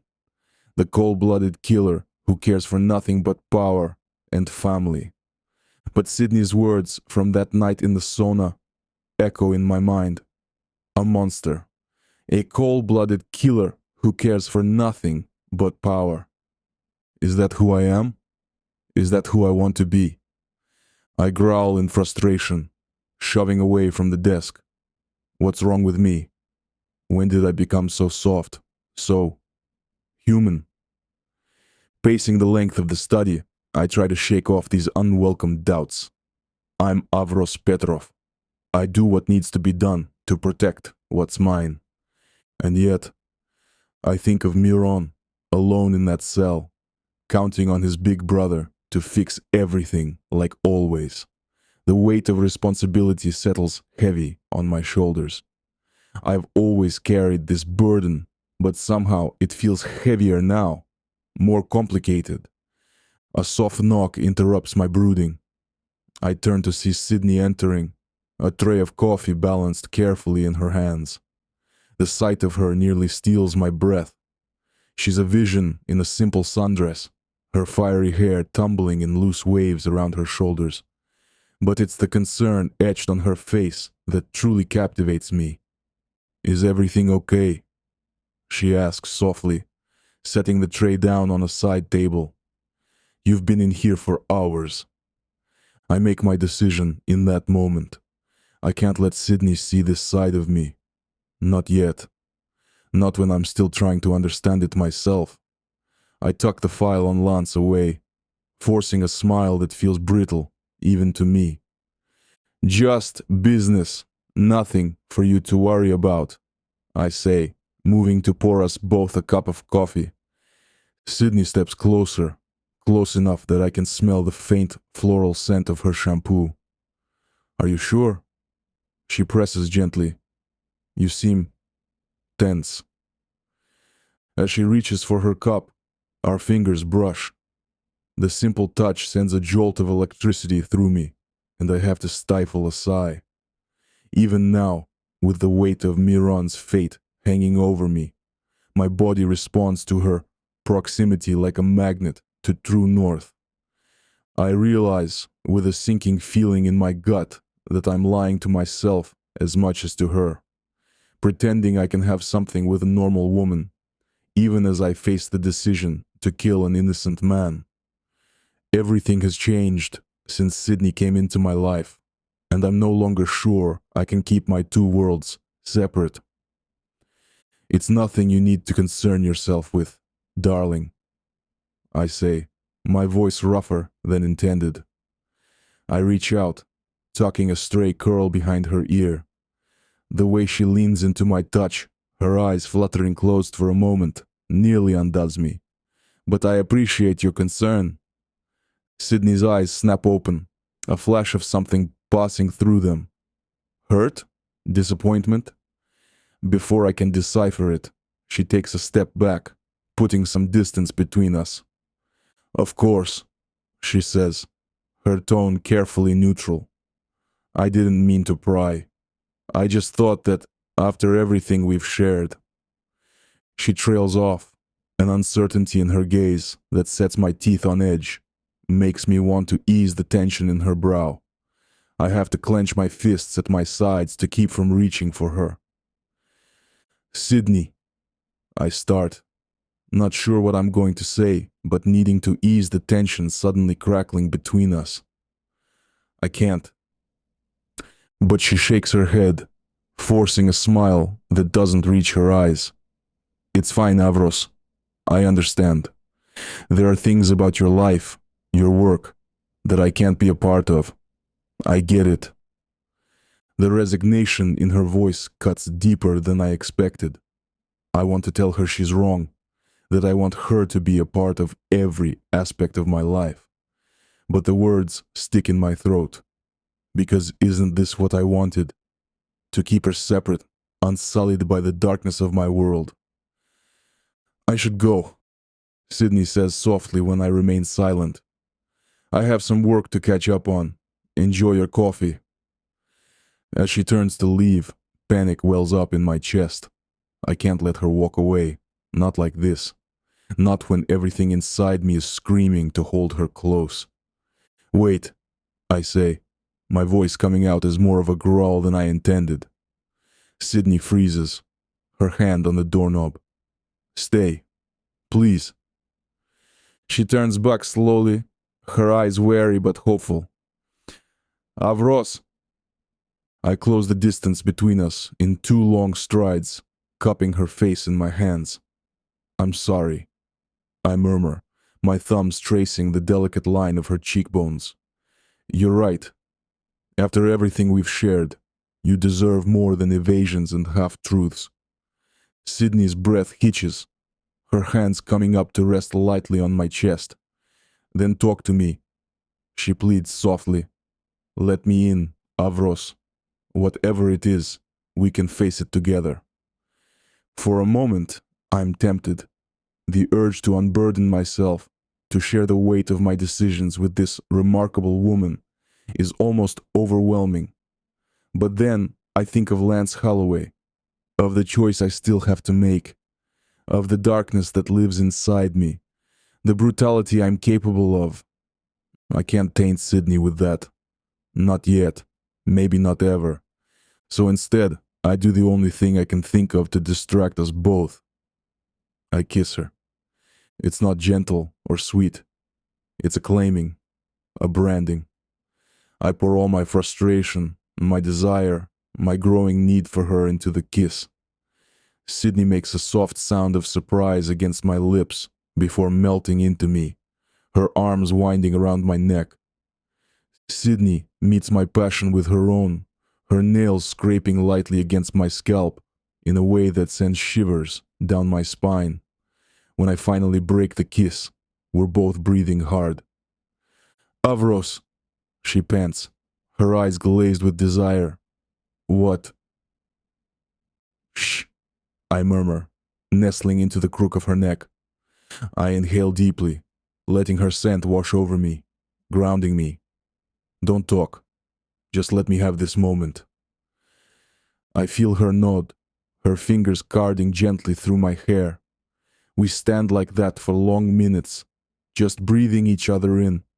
I know I'm only delaying the inevitable, that sooner or later, I'll have to make a choice between the man I've always been and the man Sydney makes me want to be.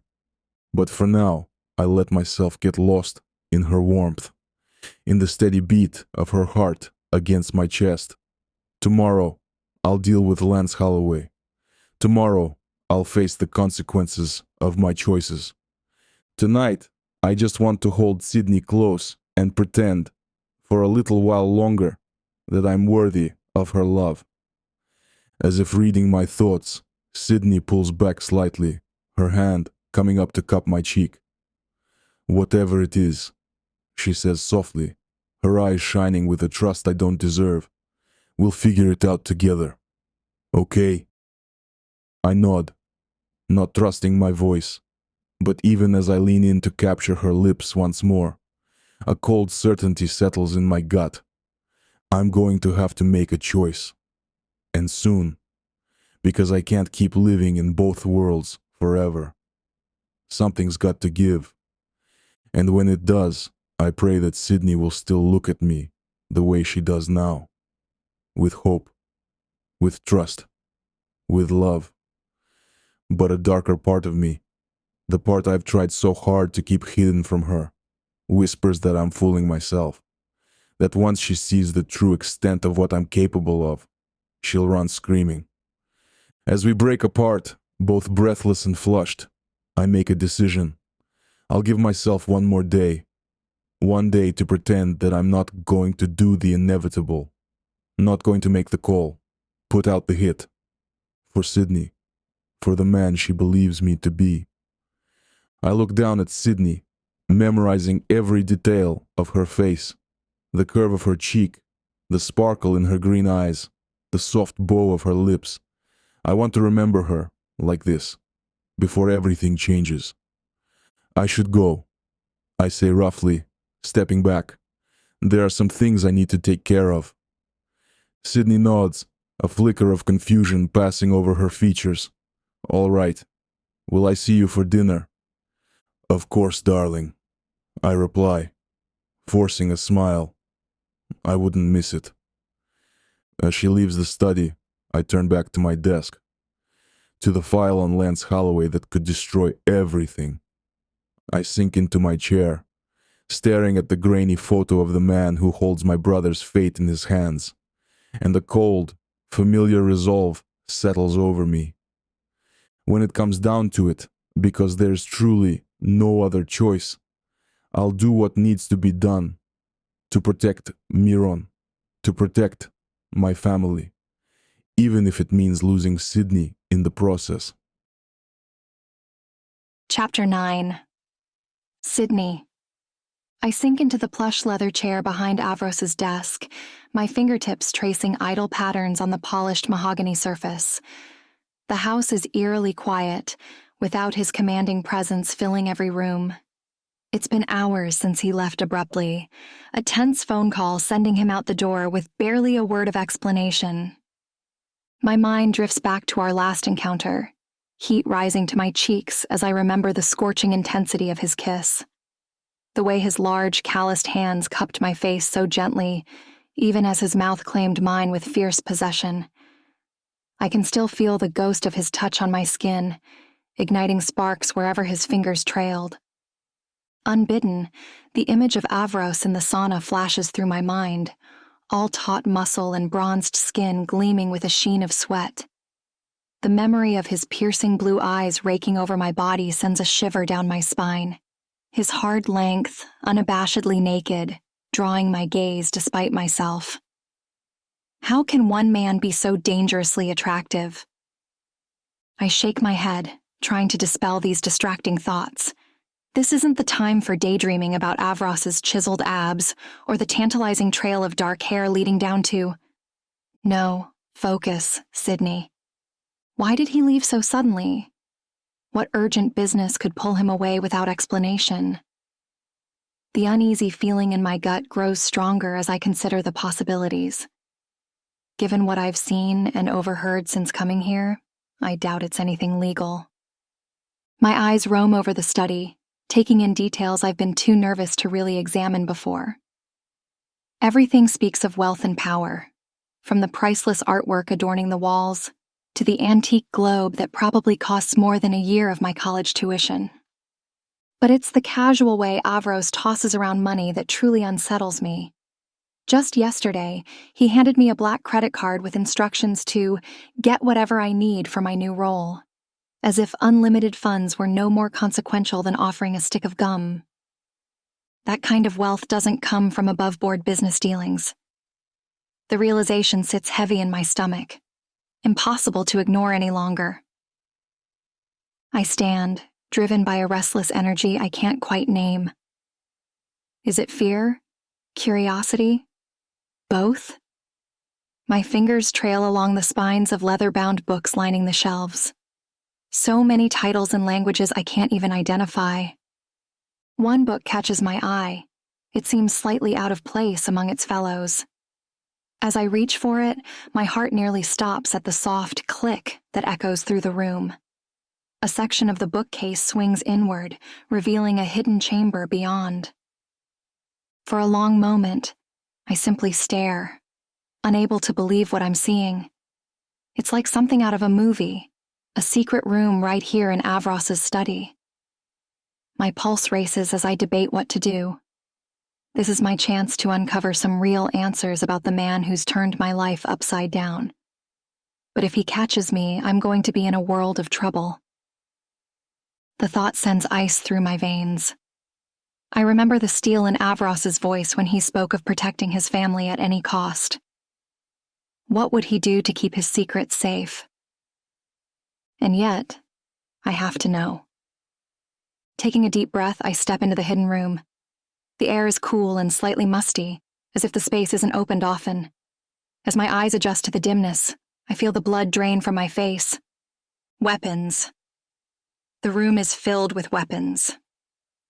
Sleek pistols line one wall, their metal gleaming dully in the low light. Next to them is a rack of rifles, shotguns, and even semi-automatics, their black shapes promising dark consequences. Another shelf holds an array of knives, from small, wicked-looking blades to long, curved machetes. There are even a few items I can't identify, strange contraptions that look both high-tech and lethal, possibly smoke bombs or other things I dare not think about. My stomach churns as the reality of Avros's world truly sinks in. This isn't just some wealthy businessman with a few shady dealings. This is the arsenal of a serious criminal, someone who deals in violence and death as casually as others might deal in stocks and bonds. And with the amount of money he casually throws around, the priceless artworks on the wall, crystal chandeliers, the deeds I've seen in my new job that go to multiple properties, he deals in a lot of violence, the kind of violence that doesn't flinch at threatening a judge, bribing a district attorney, or worse, making people disappear. I told him I was worried he was a cold-blooded killer. With the way he touched me, I somehow convinced myself that I was wrong. Now, looking around at the array of weapons he keeps casually hidden in a secret room in his mansion. I realize I was even more right than I knew. I back away, bile rising in my throat. What have I gotten myself into? How could I have been so naive, so foolish to think I could play this game with Avros and come out unscathed? A sound from the hallway makes me freeze. Footsteps approaching the study. Panic surges through me as I realize I'm about to be caught red-handed. I scramble to close the secret door, my hands shaking so badly I can barely grip the edge of the bookshelf. Just as I think I figured it out, as I feel the press of a latch, the study door swings open. Avros stands in the doorway, his imposing figure filling the frame. His steel blue eyes lock onto me immediately, taking in my flushed face, my trembling hands. A small smile plays at the corners of his mouth, but it doesn't reach his eyes. "Curious little cat," he murmurs, his voice dangerously soft. "Did you find anything interesting?" Chapter 10. Avros. The warehouse air stinks heavily of motor oil and stale cigarettes, pale sunlight dancing on dust motes and landing on stains on the concrete floor. I wrinkle my nose at my filthy surroundings as I stride towards my informant, Nikolai. His wiry frame tenses as I approach, eyes darting nervously around the dimly lit space. The sooner this is over with, the better, so I can get out of here and back to her, my Sydney, who I crave like an addict looking for the next fix. But first, I have to take care of things for my family. "You have what I asked for." I keep my voice low, authoritative. Little weasels like Nikolai have to be handled with a deft, confident hand. Nikolai nods jerkily, producing a thick manila envelope from inside his coat. Everything on Lance Holloway, boss. Location, workplace, daily routines. It's all there. I take the envelope. Its weight significant in my hands. The fate of my brother, of everything I've built, rests within these pages. But I resist the urge to open it here. Some decisions are best made in private. "You weren't followed?" I ask, fixing Nikolai with a hard stare. "No, sir. I made sure of it." He shifts uncomfortably. "But there's something else. Word on the street is that O'Malley's crew is getting bold. They're sniffing around your territory." A muscle ticks in my jaw. Brian O'Malley, that opportunistic moron, has been a thorn in my side for years. If he's making moves now, with Myron's trial looming, it could spell disaster. "Keep your ears open," I instruct. "I want to know every whisper of O'Malley's plans. Understood?" "Yes, boss. You can count on me." As I turn to leave, I pause. "Oh, and Nikolai." I glance back, letting a dangerous edge creep into my tone. "If I find out you've breathed a word of this to anyone..." I don't finish the threat. The fear in his eyes tells me he understands perfectly. He'll keep it to himself. The drive home gives me time to strategize. The file on Lance weighs heavy in my briefcase, a constant reminder of the choice ahead. Part of me wants to pull over and devour every scrap of information. But I force myself to wait. This isn't a decision to be made lightly. As I pull up to my estate, my thoughts drift to Sydney. Her fiery hair, those captivating green eyes that seem to see right through me, the way her soft curves fit so perfectly against my hard planes when I hold her. How I want nothing more than to possess her, to take her and have her, where the world can see that she's mine so no one else can have her. I growl low in my throat, gripping the steering wheel tighter. This infatuation with Sydney is becoming a liability. I can't afford distractions, not with everything at stake for me, my business, and my family. And yet, the thought of letting her go, of never seeing that defiant spark in her eyes again, or hearing her breathy moans. It's unthinkable. The house is quiet as I enter, heading straight for my study. A stiff drink and a thorough examination of Lance's file. That's what I need to focus on now. But as I approach the heavy oak door of my sanctuary, I hear soft sound from within. My hand instinctively goes to the gun holstered at my hip as I ease the door open, prepared to put an invader down. The sight that greets me stops me in my tracks. Sydney stands in the center of the room, her back to me as she frantically pushes at my bookcase. Even from here, I can see the panic in her movements, the tremble in her hands as she tries to close the secret door to my weapons room. For a moment, all I can do is stare. She's a vision in the soft lamplight. The emerald green dress I chose for her, clinging to every lush curve. Her hair has come loose from its usual neat bun, fiery tendrils cascading down her back in a way that makes my fingers itch to bury themselves in those silken strands. The dress has ridden up slightly, revealing a tantalizing glimpse of creamy thigh that makes my mouth go dry. But as the initial shock wears off, anger rises hot and fast in my chest, mingling with a surge of raw desire. This little minx, this seemingly innocent creature I've welcomed into my home, she's been snooping, violating my trust, uncovering secrets that could destroy everything. I should be furious. I should grab her by the arm and throw her out. Consequences be damned. Instead, I find myself achingly aroused. The fire in my veins isn't just rage, burning white hot. Sydney's defiance, her curiosity, her sheer audacity in exploring my most closely guarded spaces, it awakens something primal in me. I clear my throat, enjoying the way she startles and whirls to face me. Her eyes are wide, pupils dilated with fear and unmistakable excitement. Her chest heaves with rapid breaths. Curious little cat, I murmur, letting a dangerous edge creep into my voice. Did you find anything interesting? Sydney's cheeks flush a becoming shade of pink as she stammers out excuses. But I'm not really listening to her words. I'm too focused on the way she unconsciously licks her lips as I stalk towards her, the pulse visibly racing at the base of her throat. I think, I say, moving closer until I have her backed against the bookshelf, that you need to be reminded of your place here.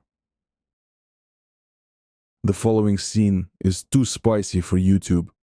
You can find the full, unedited version on bellakingbooks.com or by following the link in the description. Chapter 12. Avros. The weight of the Glock 19 is familiar in my hand as I methodically clean the weapon. It's a ritual that usually centers me, but tonight my mind wanders from the task. I can't shake the memory of Sydney's soft skin under my fingers, the way she arched into my touch, hungry for more. I growl, setting the gun down with more force than necessary. What is wrong with me? I'm Avros Petrov, feared Bratva boss, not some lovesick teenager. And yet, here I am, distracted by thoughts of a woman when I should be focused on saving my brother. The thick manila folder on Lance Holloway lies open on my desk, a stark reminder of the task at hand. I force myself to focus, leafing through pages of personal information until I find what I need. His likely current location, based on his typical schedule. My phone buzzes. A message from my informant. Target on the move. Window closing, fast. I reach for my phone, dialing a familiar number. When it connects, I speak quickly, my voice cold and authoritative. It's me. I have a job. Lance Holloway. I'm sending you his location now. Make it clean. Make it fast. I end the call, a grim satisfaction settling over me. In a few hours, Lance will be dead, and Myron will be one step closer to freedom. I am sworn to protect my brother, no matter the cost. As I close the file, my eyes land on a framed photo on my desk. It's Miron and me as children, his arms slung around my shoulders, both of us grinning. I remember the vow I made then, to always keep him safe. I can't falter now. But as I lean back in my chair, Sydney's face flashes in my mind once more. What would she think if she knew what I've just done? The thought shouldn't matter, but for some reason it does, especially now that she's seen a glimpse of the man underneath the surface. If she knew what a ruthless monster I was, would she stay? Or would she just walk away? I stand abruptly, needing to move, to shake off this unfamiliar feeling of doubt. I've made my choice. Lance's fate is sealed. All that's left now is to wait for confirmation that the job is done. Chapter 14. Avros.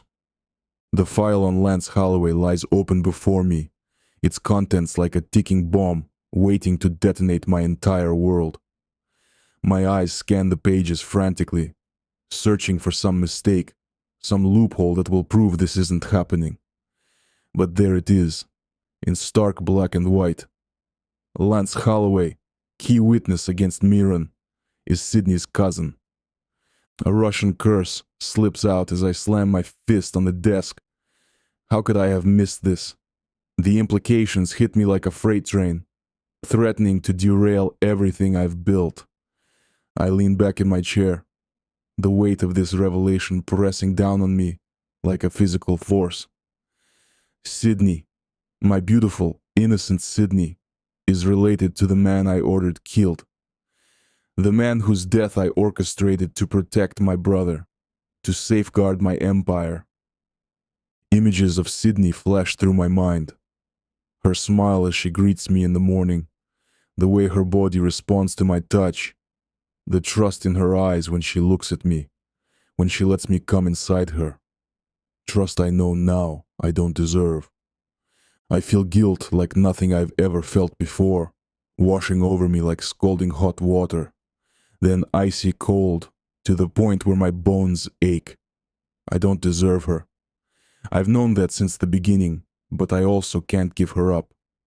It's a delicate balance, one that could ruin me if the scales tipped even the slightest to either side. I can't give up this wicked lifestyle, but I also can't give up Sydney. I stare at the file, my mind racing, my pulse pounding in my ears like a war drum. How the hell did I not know? Every detail, every connection is usually at my fingertips. I pride myself on control, on always staying 10 steps ahead. And yet somehow, I missed this. Missed that the woman who's become my entire world is tied to the man I sentenced to die. Lance Holloway, Sydney's cousin. I stand abruptly, the chair scraping against the floor, and start pacing the length of my office. My muscles are tense, coiled like a spring, ready to snap at any second.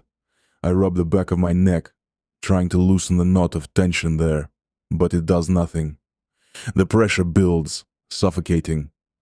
What am I supposed to do now?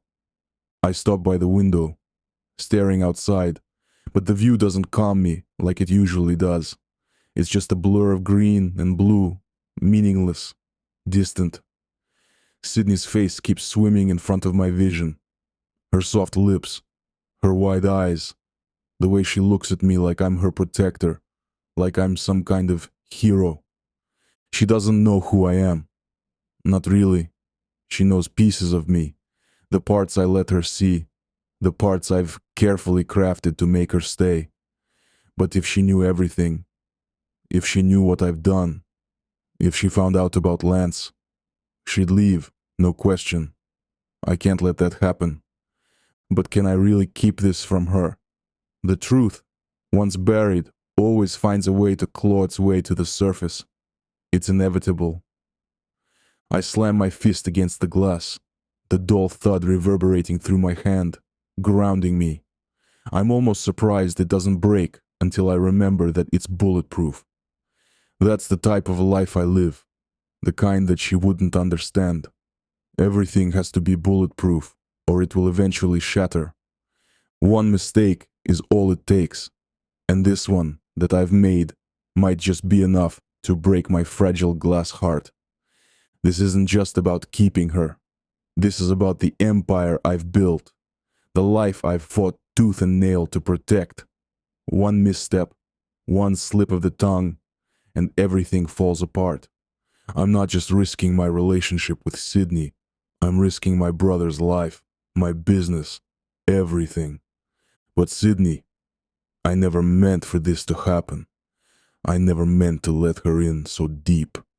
She was supposed to be a distraction, a fleeting pleasure to indulge in before moving on. Yet somehow, she became everything. The thought of losing her gnaws at my insides, sharp and relentless. I've always been able to walk away before, cut ties, move on without looking back. But not this time. Not with her. I sink back into my chair, dragging a hand through my hair. There's no easy way out of this. No clean solution that lets me keep her without the risk of everything else collapsing. I take a deep breath, forcing the air into my lungs. Think. There has to be a way to fix this. There's always a way. Lance is already gone. There's nothing that can be done about that. What's done is done. But Sydney, if she finds out from someone else, it's over. I can't let that happen. If anyone is going to tell her, it has to be me, on my terms. The idea of that conversation makes my stomach twist, the bile rising in my throat, but I'd rather be the one to break her heart than risk her hearing it from anyone else, anyone who might use it to hurt me, to hurt her. I glance back at the file, the damning evidence of the secret that could tear us apart. Then I let out another loud curse. How the hell am I going to tell her? Chapter 15. Sydney. As I approach the office, I hear muffled cursing in Russian from behind the closed door. My hand hovers over the knob, hesitating. Should I intrude? But my concern for Avros overrides my uncertainty, and I knock softly. "Come in," his voice calls out, sounding strained. I enter to find Avros standing by the window, tension radiating from every line of his body. As he turns to face me, I'm struck by the conflict I see in his eyes. It's gone in an instant, replaced by a heat that makes my breath catch. "Avros?" I start, taking a step towards him. "Is everything okay? You rushed out so suddenly." Before I can finish my thought, Avros is moving. In 3 long strides, he's crossed the room and pulled me into his arms. His mouth crashes down on mine in a kiss that's equal parts desperation and passion. I make a small sound of surprise but quickly melt into him, my hands coming up to tangle in his hair. There's something different about this kiss, something almost frantic in the way Avros holds me. When we finally break apart, we're both breathing hard. "Avros," I pant, my lips tingling from the intensity of his kiss. "What are you doing?" "Quiet," he growls. I feel him inhale deeply, as if trying to memorize my scent. "I need you. Now." The following scene is too spicy for YouTube. You can find the full, unedited version on bellakingbooks.com or by following the link in the description. Chapter 16. Avros. The weight of guilt sits heavy on my chest as I pace the length of my study. Sydney's face when she told me about Lance's death haunts me. Her grief, her confusion, the pain in those captivating green eyes. I've seen that look before, on the faces of countless others who've lost loved ones to the violence of my world, but never has it cut so deep. I pour myself a generous measure of vodka, downing it in one burning gulp. The alcohol does little to numb the turmoil in my mind. What have I become? When did the lines between right and wrong blur so completely? My eyes land on the burner phone hidden in my desk drawer. Before I can talk myself out of it, I retrieve it and dial the number I know by heart. It rings 3 times before a familiar voice answers. "Brother, is everything all right?" Myron's concern is evident even through the tinny connection. I rarely call him on his smuggled burner phone, knowing that each call is a risk. I close my eyes, leaning back in my chair. "No, Myron, everything is far from all right." There's a pause then. "What's happened? Is it the trial? Did something go wrong with—" "It's not about the trial." I cut him off, pinching the bridge of my nose. It's Sydney." "Sydney?" I can hear the confusion in Miron's voice. "Your new assistant?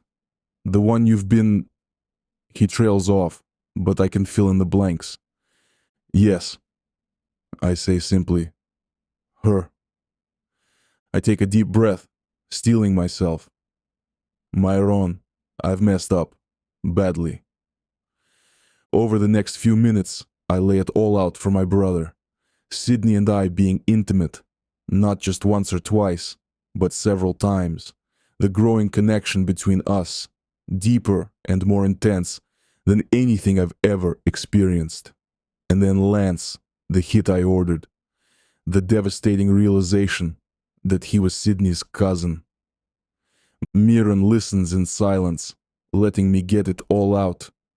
When I finally finish, the silence stretches between us, heavy with unspoken judgment. "Damn," Myron mutters finally. "You really have screwed up, haven't you?" I let out a humorless laugh. That's putting it mildly. "Does she know?" Myron asks. "About Lance, I mean." "No," I admit, the guilt twisting in my gut. "Not yet. I don't know how to tell her, Myron. She'll hate me. She'll leave. And I don't know what I'll do." Something inside me threatens to break. Maybe it's that silly glass heart of mine. The idea of Sydney walking out of my life is more painful than I can bear to contemplate. "You love her," Myron says. It's not a question. "Yes," I whisper, admitting it out loud for the first time. God help me. It's so fast and unexpected, but I think that I do. Myron is quiet for a long moment, and I can almost see him running a hand through his hair, the way he always does when he's thinking hard. "You need to tell her the truth," he says finally. "All of it. Playing games like it's chess or business doesn't work with women, especially not one like her." I close my eyes, knowing Myron is right, but dreading the thought of confessing everything to Sydney. "And if she leaves? Then you'll know it wasn't real." Miron replies softly. "But if she stays, brother, that's worth more than all the power in the world." His words hit me like a physical blow. I think of Sydney, her fierce spirit, her kindness, the way she looks at me like I'm more than just a ruthless crime lord. The thought of losing her. "You're right," I say, my voice rough. "I know you're right. But Myron, I don't know how to say this without sounding like an idiot, but I'm afraid. I shouldn't be, but I am, and that only makes me more afraid. It's feeding off itself like crazy, and pretty soon I'm going to be crazy. The admission costs me, but if there's anyone I can be vulnerable with, it's my little brother." "I know," Myron says gently. "Love is terrifying, isn't it? Especially for men like us." I let out a shaky breath. What if I tell her, and she runs? What if I've ruined everything? Then you let her go, Myron says firmly. If you love her, really love her, you have to give her the choice, even if it means losing her. I nod, even though Myron can't see me. When did you get so wise, little brother? Myron chuckles. Prison gives a man a lot of time to think, and hearing you talk about Sydney, it's changed you, Avros, in a good way. How so? I ask, genuinely curious. You're softer, Myron says.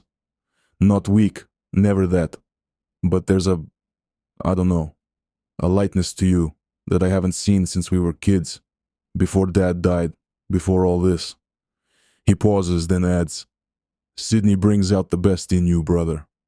Don't lose that because you're afraid to be honest with her. His words strike a chord deep within me.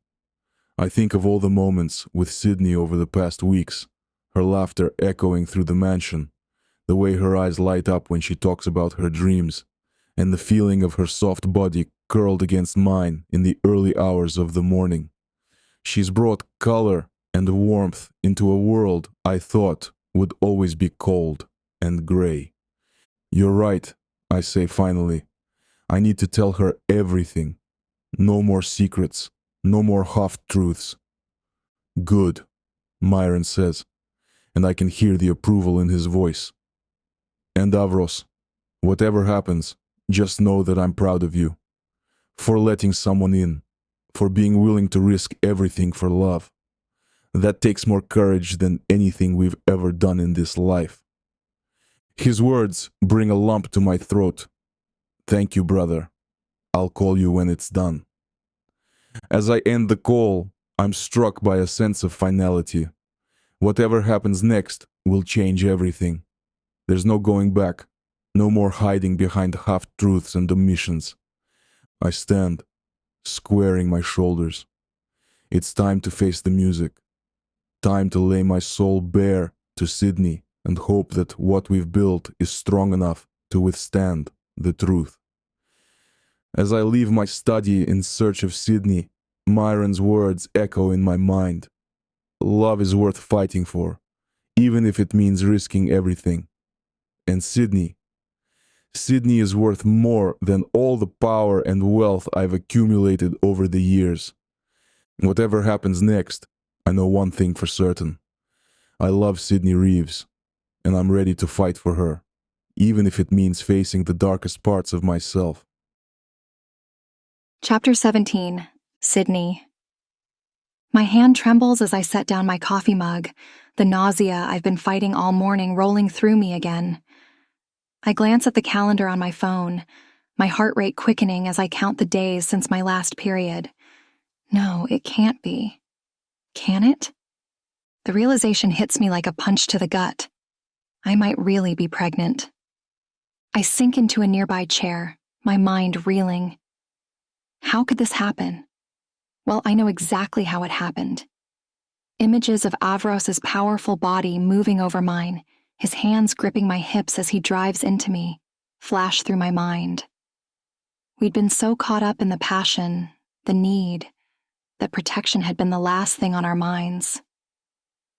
Now, weeks later, I'm facing the possible consequences of those heated moments. I need to know for sure. But how can I get a pregnancy test without Avros finding out? He seems to know everything that happens in this mansion, his network of guards and staff always watching. As if on cue, Avros's deep voice echoes from his study down the hall. He's on the phone, his tone clipped and businesslike.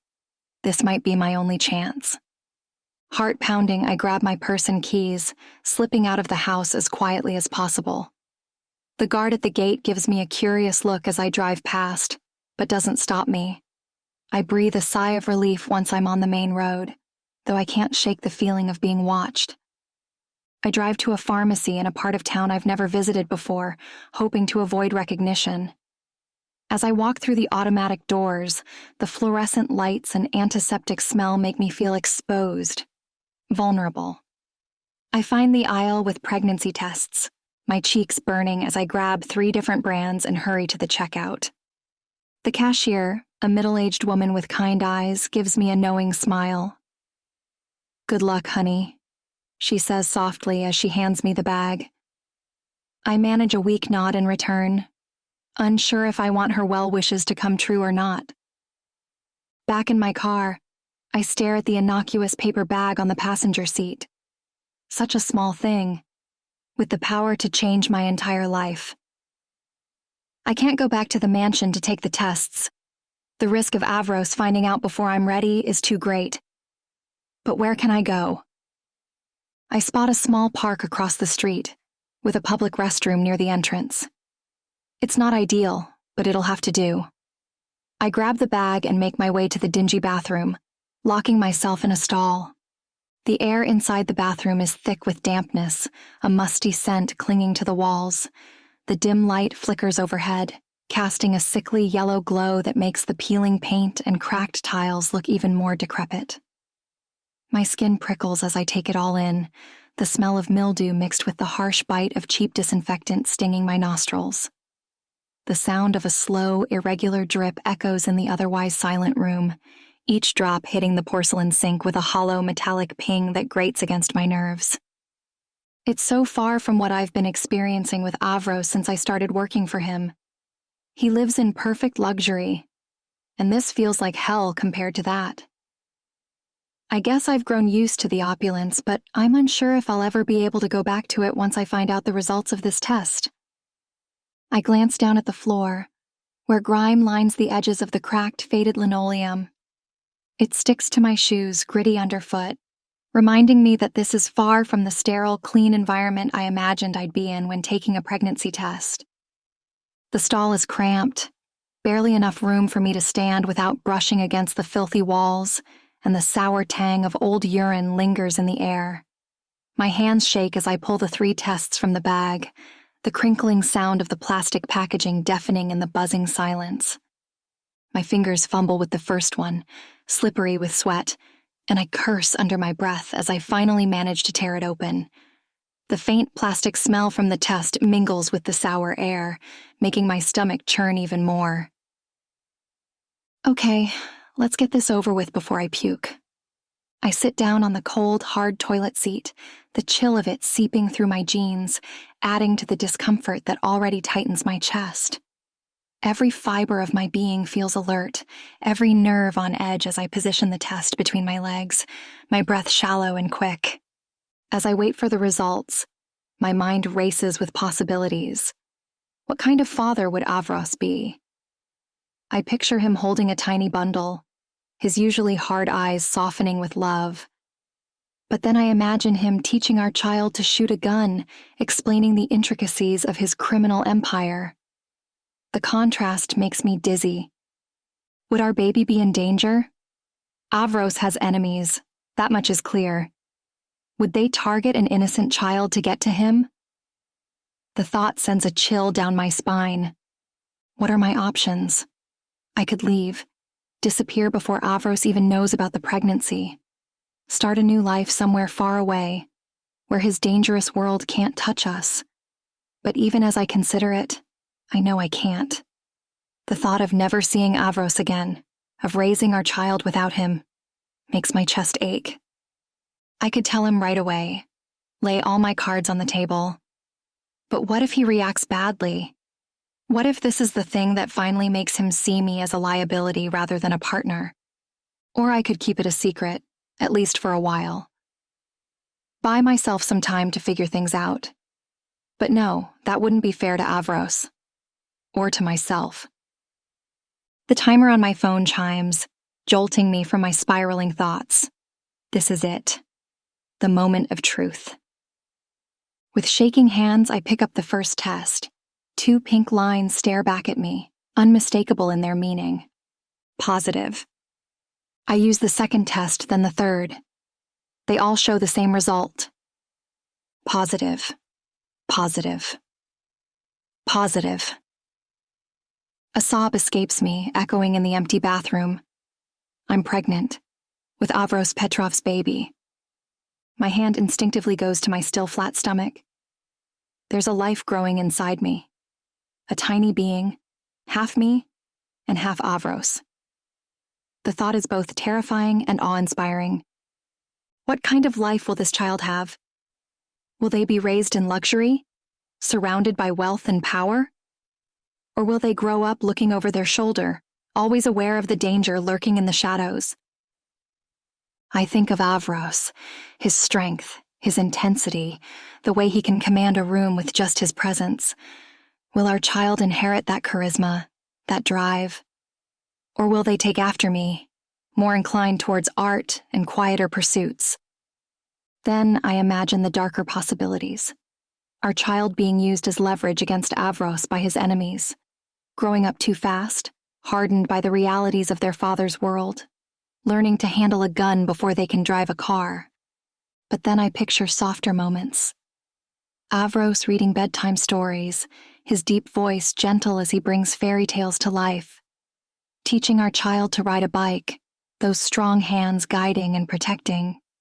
Family dinners filled with laughter and love, a stark contrast to the cold, formal affairs of my own childhood.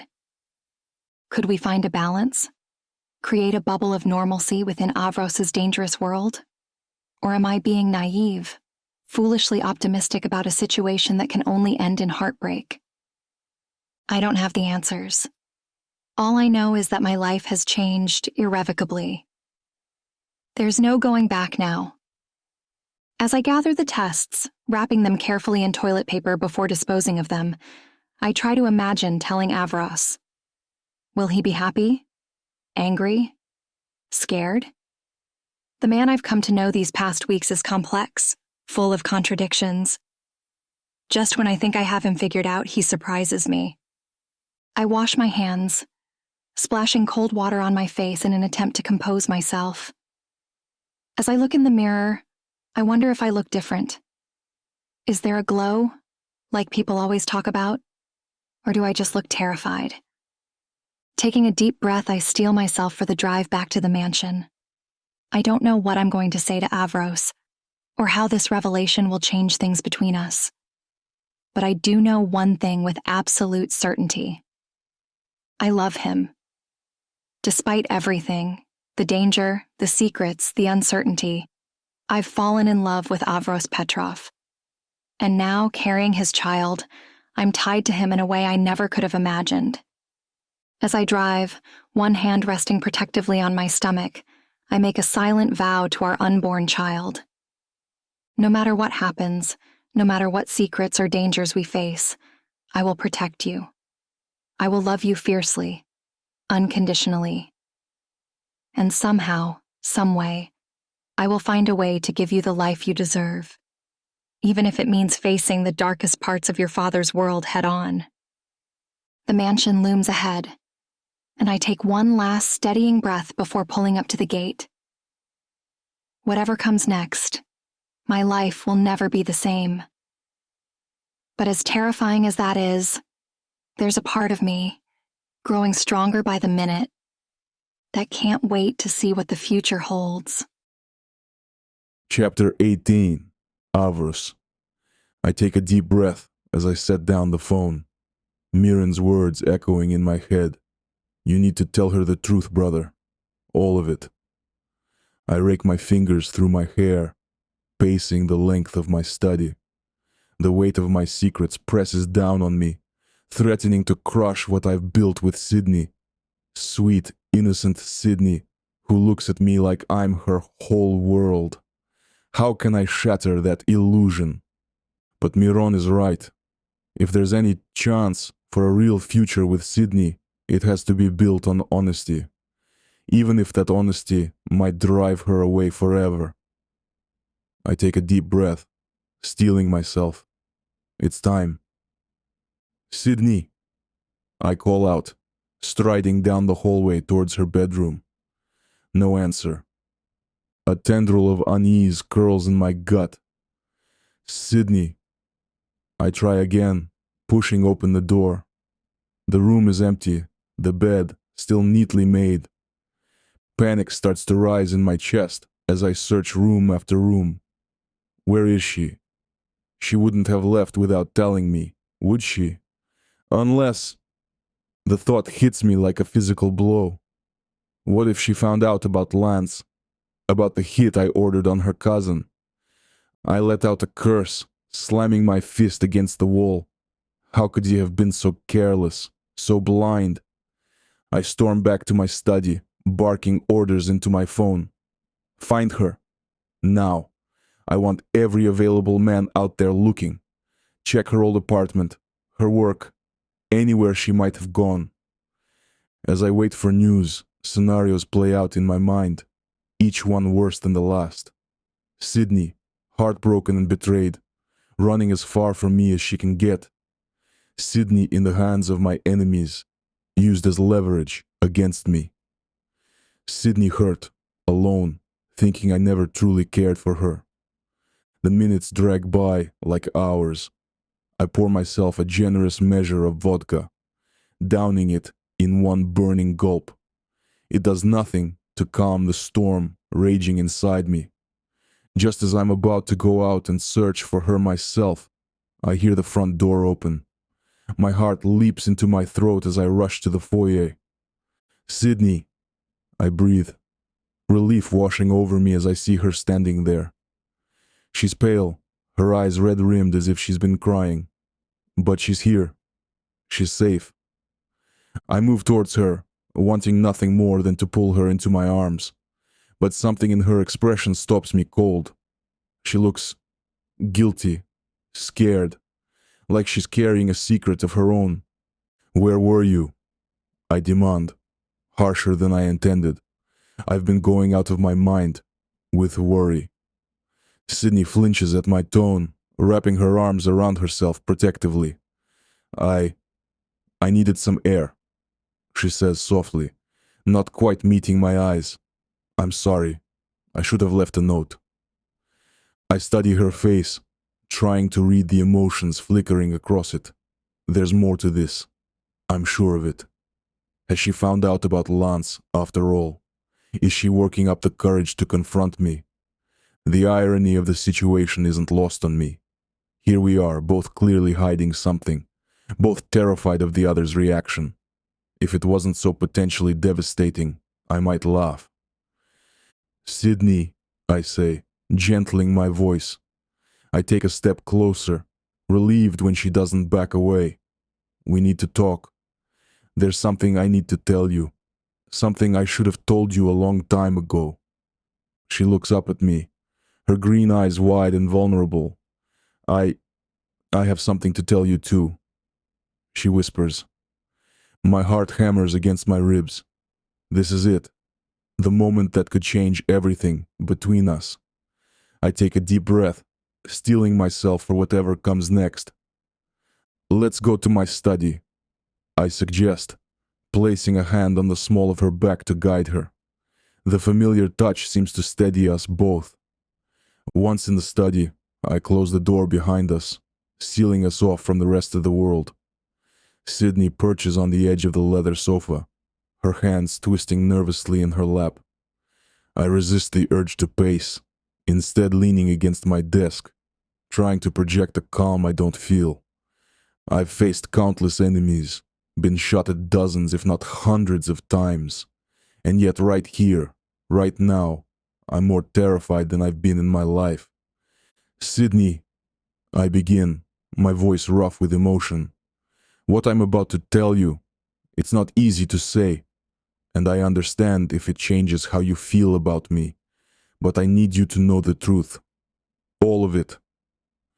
She nods, her eyes never leaving mine. Okay, she says softly. I'm listening.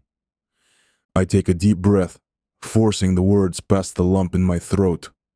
It's about your cousin, Lance. His death. It wasn't a robbery gone wrong. Sydney goes very still, her face paling. What do you mean? She whispers.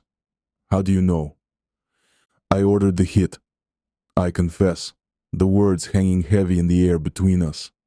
I didn't know he was your cousin, darling. I swear I didn't. But he was a witness in Myron's case, and I did what I thought I had to do to protect my brother. The silence that follows is deafening. I watch as emotions dance across Sydney's face.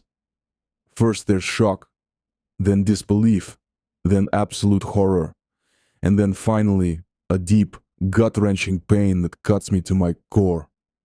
You, she chokes out, tears welling in her eyes. You had Lance killed? I nod, unable to form words past the tightness in my throat. I want to go to her, to take her in my arms and beg for forgiveness, but I know I have no right. Not after what I've done. Sydney stands abruptly, swaying slightly on her feet. I reach out to steady her, but she flinches away from my touch. The rejection stings, even though I know I deserve it. I can't, she gasps, wrapping her arms around herself as if trying to hold herself together. I can't process this right now. I need to go. She turns towards the door, but I can't let her leave. Not like this. Not without trying. Not without telling her how I feel. How much I care for her. How deeply I love her. Sydney, wait. I plead, moving to block her path. Please, let me explain. I know what I did was unforgivable, but you have to understand. Understand what? She cries, anger flashing in her tear-filled eyes. That you murdered my cousin. That you've been lying to me this whole time. Holding me, kissing me, making love to me, knowing that his blood was on your hands. Her words are like daggers to my heart, but I push on. I've done terrible things, Sydney. I won't deny that. But everything I've done to protect my family, to build a future for us. Us, Sydney repeats, her voice breaking on the word. How can there be an us after this? I reach for her, desperate to make her understand. Because I love you, I confess. The words torn from the depths of my dark, blood-splattered soul. I love you more than I've ever loved anyone, Sydney. You've changed me, made me want to be a better man.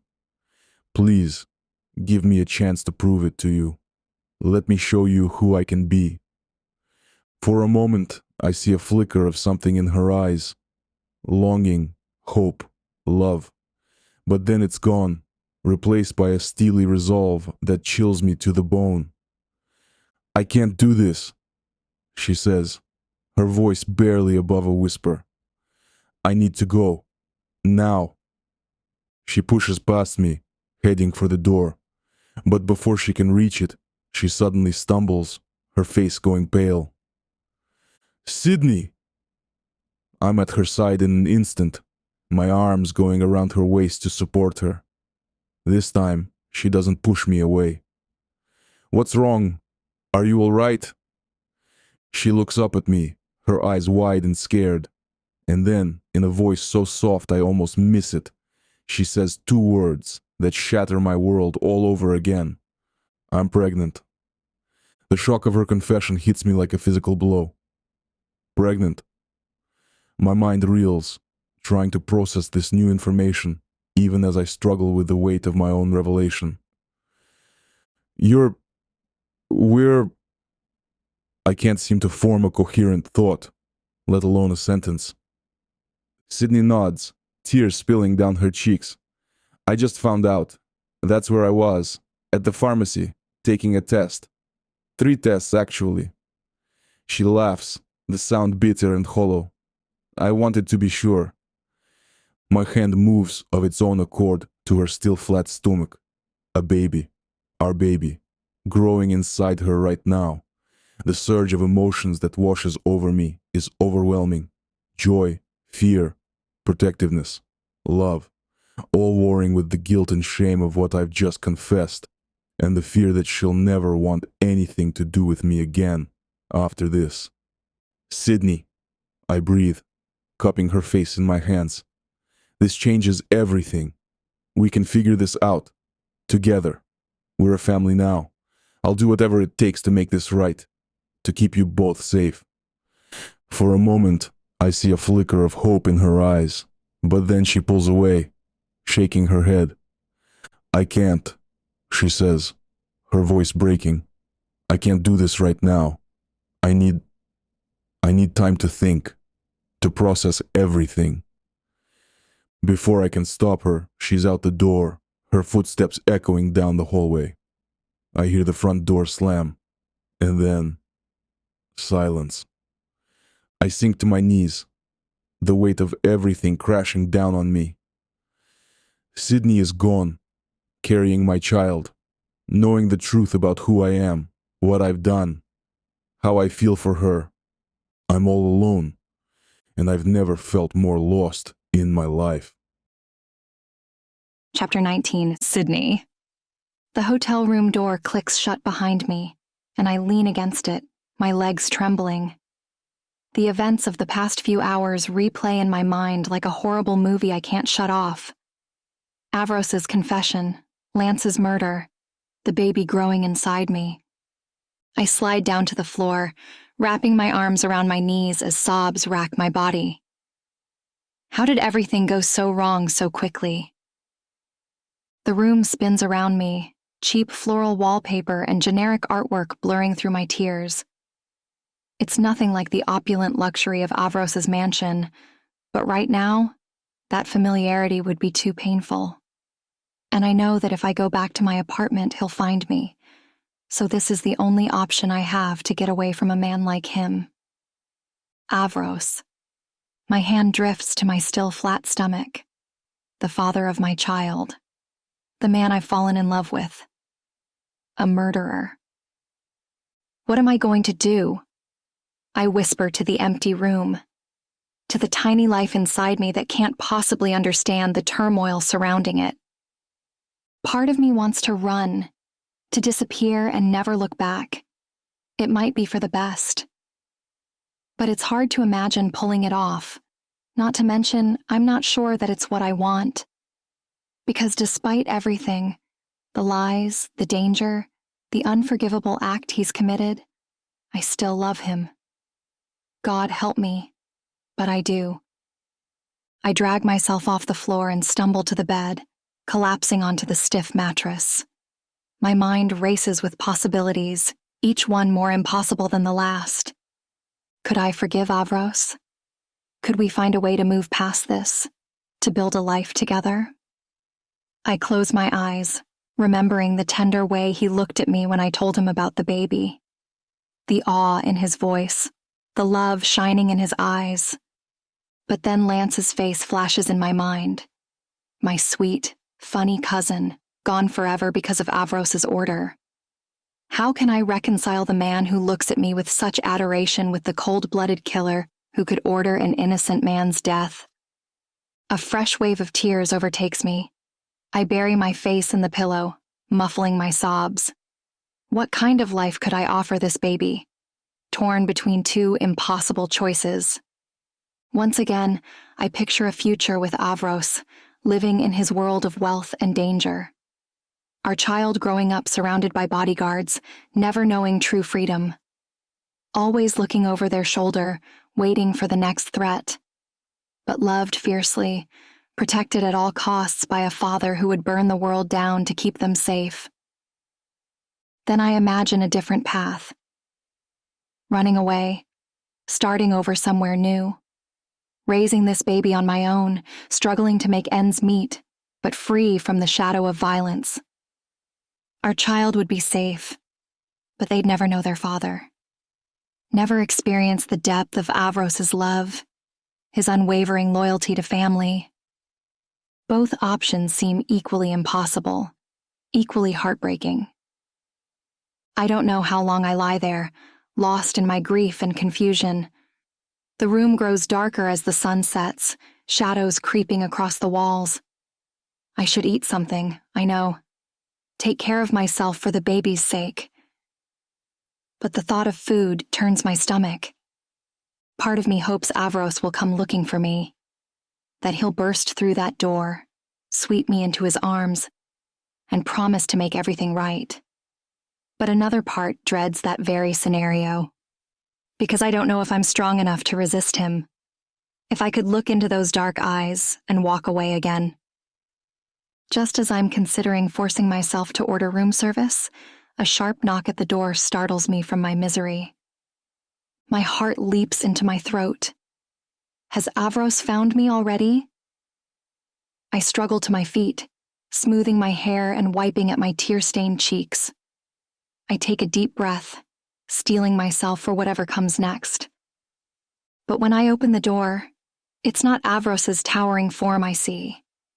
Instead, an older man in an expensive suit stands before me, a cold smile on his face that doesn't reach his eyes. "Miss Reeves," he says smoothly, "I believe we have some business to discuss." I frown, confusion momentarily overriding my emotional turmoil. "I'm sorry. Who are you?" The man's smile widens, reminding me of a shark circling its prey. "My name is Michael Schwartz. I represent certain interested parties who would very much like to speak with you about your relationship with Avros Petrov." My blood runs cold. Schwartz. The name clicks in my memory. He's Josiah's father, the man whose son Miran allegedly killed, setting this whole nightmare in motion. "I don't know what you're talking about," I say, trying to close the door. But Schwartz is quicker, wedging his foot in the opening. "Oh, I think you do," he says, his voice losing its pleasantness, contempt in its place. "You've been living in Petrov's house, privy to his private affairs. You must have seen things, heard things that could be very valuable to the right people." I shake my head, fear crawling up my spine. "I don't know anything. Please, just leave me alone." Schwartz's eyes narrow. "Don't play dumb, Miss Reeves. It doesn't suit you." He reaches into his jacket, pulling out a sleek phone. With a few taps, he turns the screen towards me. "Perhaps this will jog your memory." My breath catches as I see myself on the screen, clearly visible through Avros's bedroom window. The timestamp shows it was taken just days ago. As I watch in horror, the video plays, showing Avros entering the room, pulling me into a passionate embrace. "You've been watching us?" I gasp, feeling violated and exposed. Schwartz shrugs, unrepentant. "Petrov has taken everything from me. My son, my business, my reputation.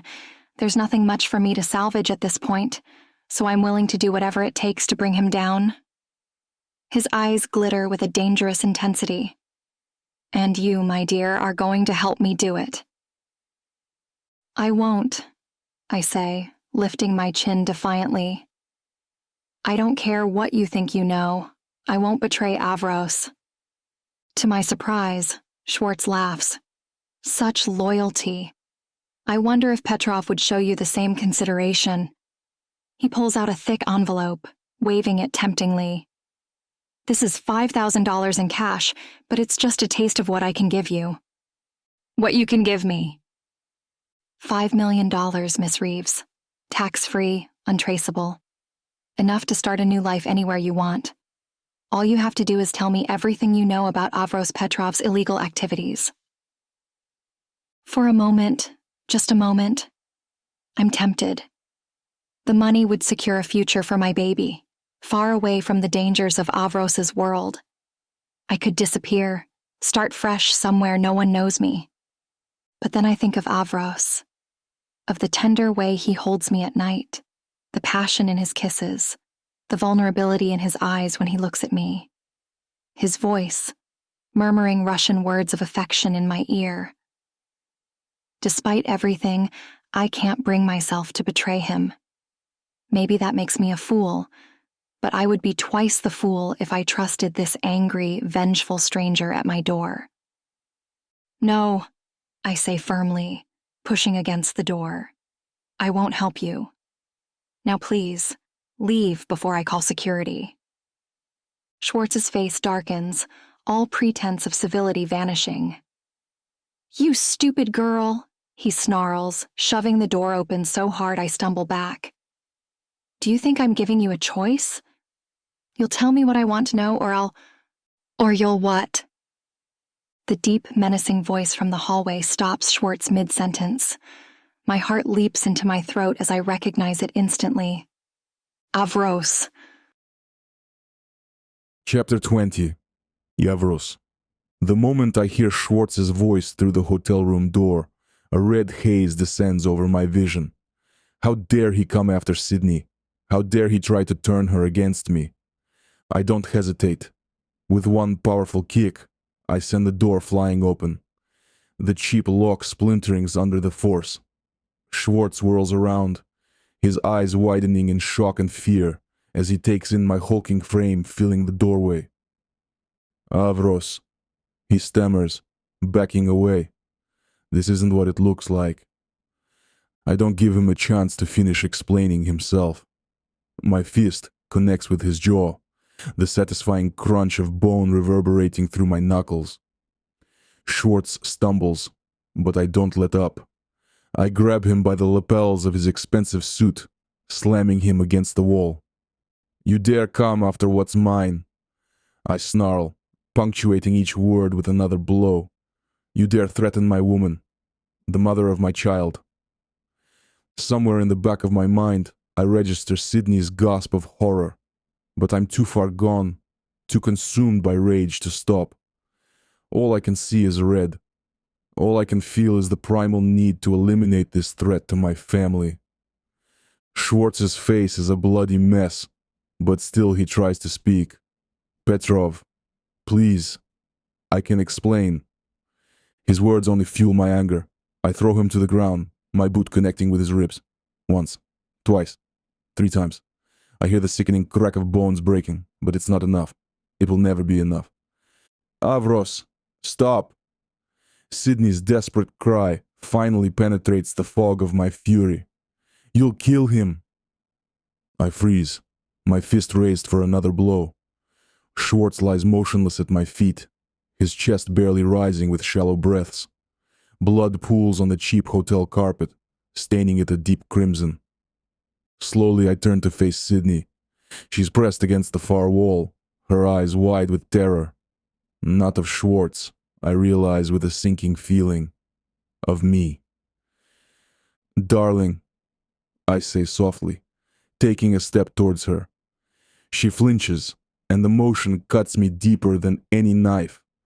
Sydney, please, let me explain. Explain what? She whispers, her voice trembling. How you just beat a man half to death? How you enjoyed it? I close my eyes, shame and self-loathing washing over me. This is what I never wanted her to see. The darkness that lives inside me, the violence I'm capable of. I did it for you, I say, knowing how weak the excuse sounds, even as the words leave my mouth. For us. He was threatening you, trying to turn you against me. I couldn't let that stand. Sydney shakes her head, tears spilling down her cheeks. This isn't how normal people handle things, Avros. This is insane. I take another step closer, relief flooding through me when she doesn't back away this time. I know, Mishka. I know it seems crazy to you. But this is my world. This is how I protect what's mine. I'm not yours, Sydney says, but there's no real conviction behind the words. I don't belong to anyone. I reach out, cupping her face in my hands. To my surprise and relief, she doesn't pull away. You're wrong, darling. You've been mine since the moment I laid eyes on you. And now, carrying my child, you're more mine than ever. I see the conflict in her eyes, the battle between her moral compass and the undeniable pull between us. I press my advantage, knowing I might not get another chance. I love you, Sydney, I confess, pouring every ounce of sincerity I possess into the words. I love you more than I've ever loved anyone. You and this baby, you're my whole world now. I'll do anything to keep you safe, to give you the life you deserve. Sydney's lower lip trembles, fresh tears spilling over. But at what cost, Avros? Look at what you've done. This man could die. And for what? Because he threatened your ego. I shake my head, frustration building. How can I make her understand? It's not about ego, it's about survival. In my world, any sign of weakness is exploited. Any chink in the armor becomes a target. I can't afford to let anyone think they can come after you, after our family, without consequences, because this won't be the last time something like this happens. They have to know that I'll do anything, cross any line, to keep you safe. Or next time, it won't be money they offer you, just bullets and a coffin 6 feet under. I can't let that happen to you. Sydney's gaze drifts to Schwartz's prone form, and I see a flicker of understanding in her eyes. What are we going to do? She asks softly. The police will find out about this, and then you're really going to be in trouble. I might be too. Leave that to me, I say, already pulling out my phone. I'll take care of everything. But Sydney, I need to know. Are you with me? Will you stand by my side, no matter what comes next? She hesitates, and for a heart-stopping moment, I think I've lost her. But then she nods, squaring her shoulders. I'm with you, Avros. God help me, but I am. I love you, and I want us to be a family. A real family. Relief floods through me, so intense it's almost painful. I pull her into my arms, burying my face in her hair. Thank you, Mishka. I swear to you, I'll make this right. I'll be the man you deserve, the father our child needs. As I hold her, I dial a familiar number. Richard, my lawyer, answers on the first ring. We have a situation, I say without preamble. I need you at the downtown hotel, room 412. Now. I end the call, knowing Richard will handle the cleanup. He always does. But as I look down at Sydney, still trembling in my arms, I know the real work is just beginning.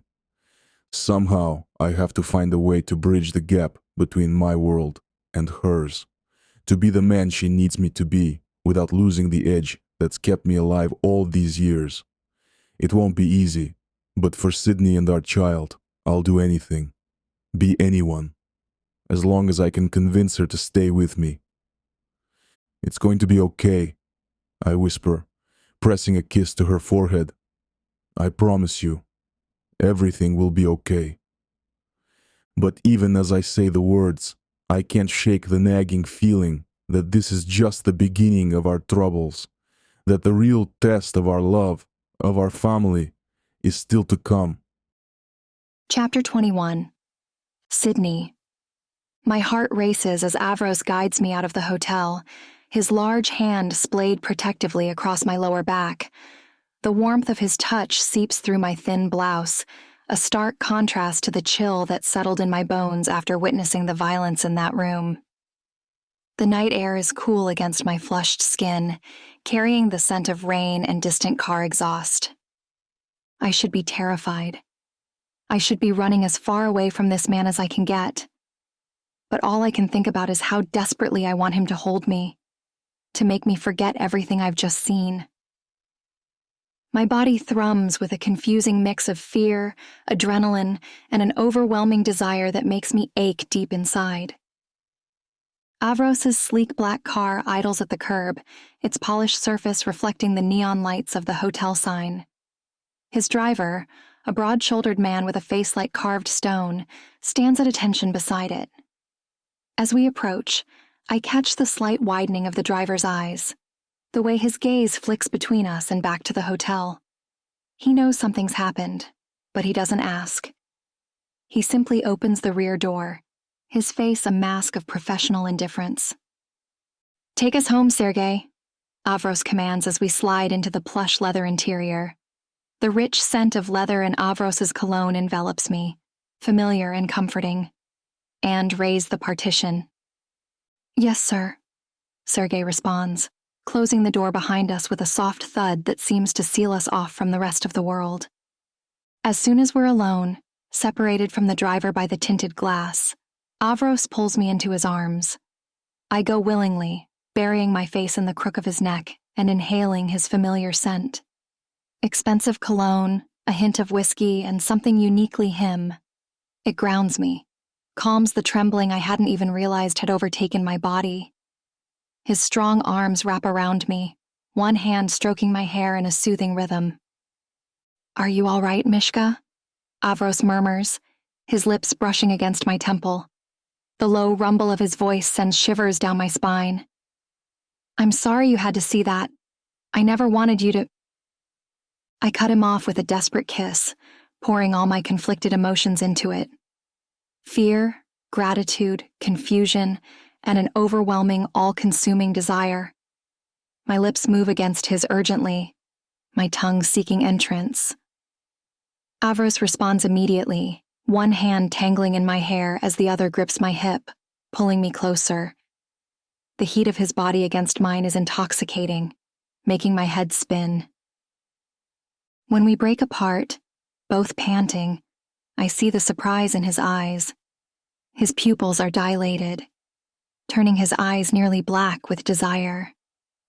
"Sydney," he breathes, searching my face. His thumb traces my lower lip, still tingling from our kiss. "I need you," I whisper. The following scene is too spicy for YouTube. You can find the full, unedited version on bellakingbooks.com or by following the link in the description. Chapter 22. Avros. The weight of recent events presses down on me as I pace the length of my study, the plush carpet muffling my agitated steps. My mind races, replaying the series of catastrophic decisions that have led me to this moment. Lance's death, Sydney's pregnancy, and now Michael Schwartz's brutal yet well-deserved beating at my hands. Each action, each choice, a domino falling in a chain reaction that threatens to topple everything I've built. I pause at the window, gazing out at the sprawling city below. My empire, my legacy, all of it hangs in the balance, but it's not the potential loss of power or wealth that gnaws at me. It's the thought of losing Sydney, of missing our child's birth, of becoming the very thing I swore I'd never be, an absent father.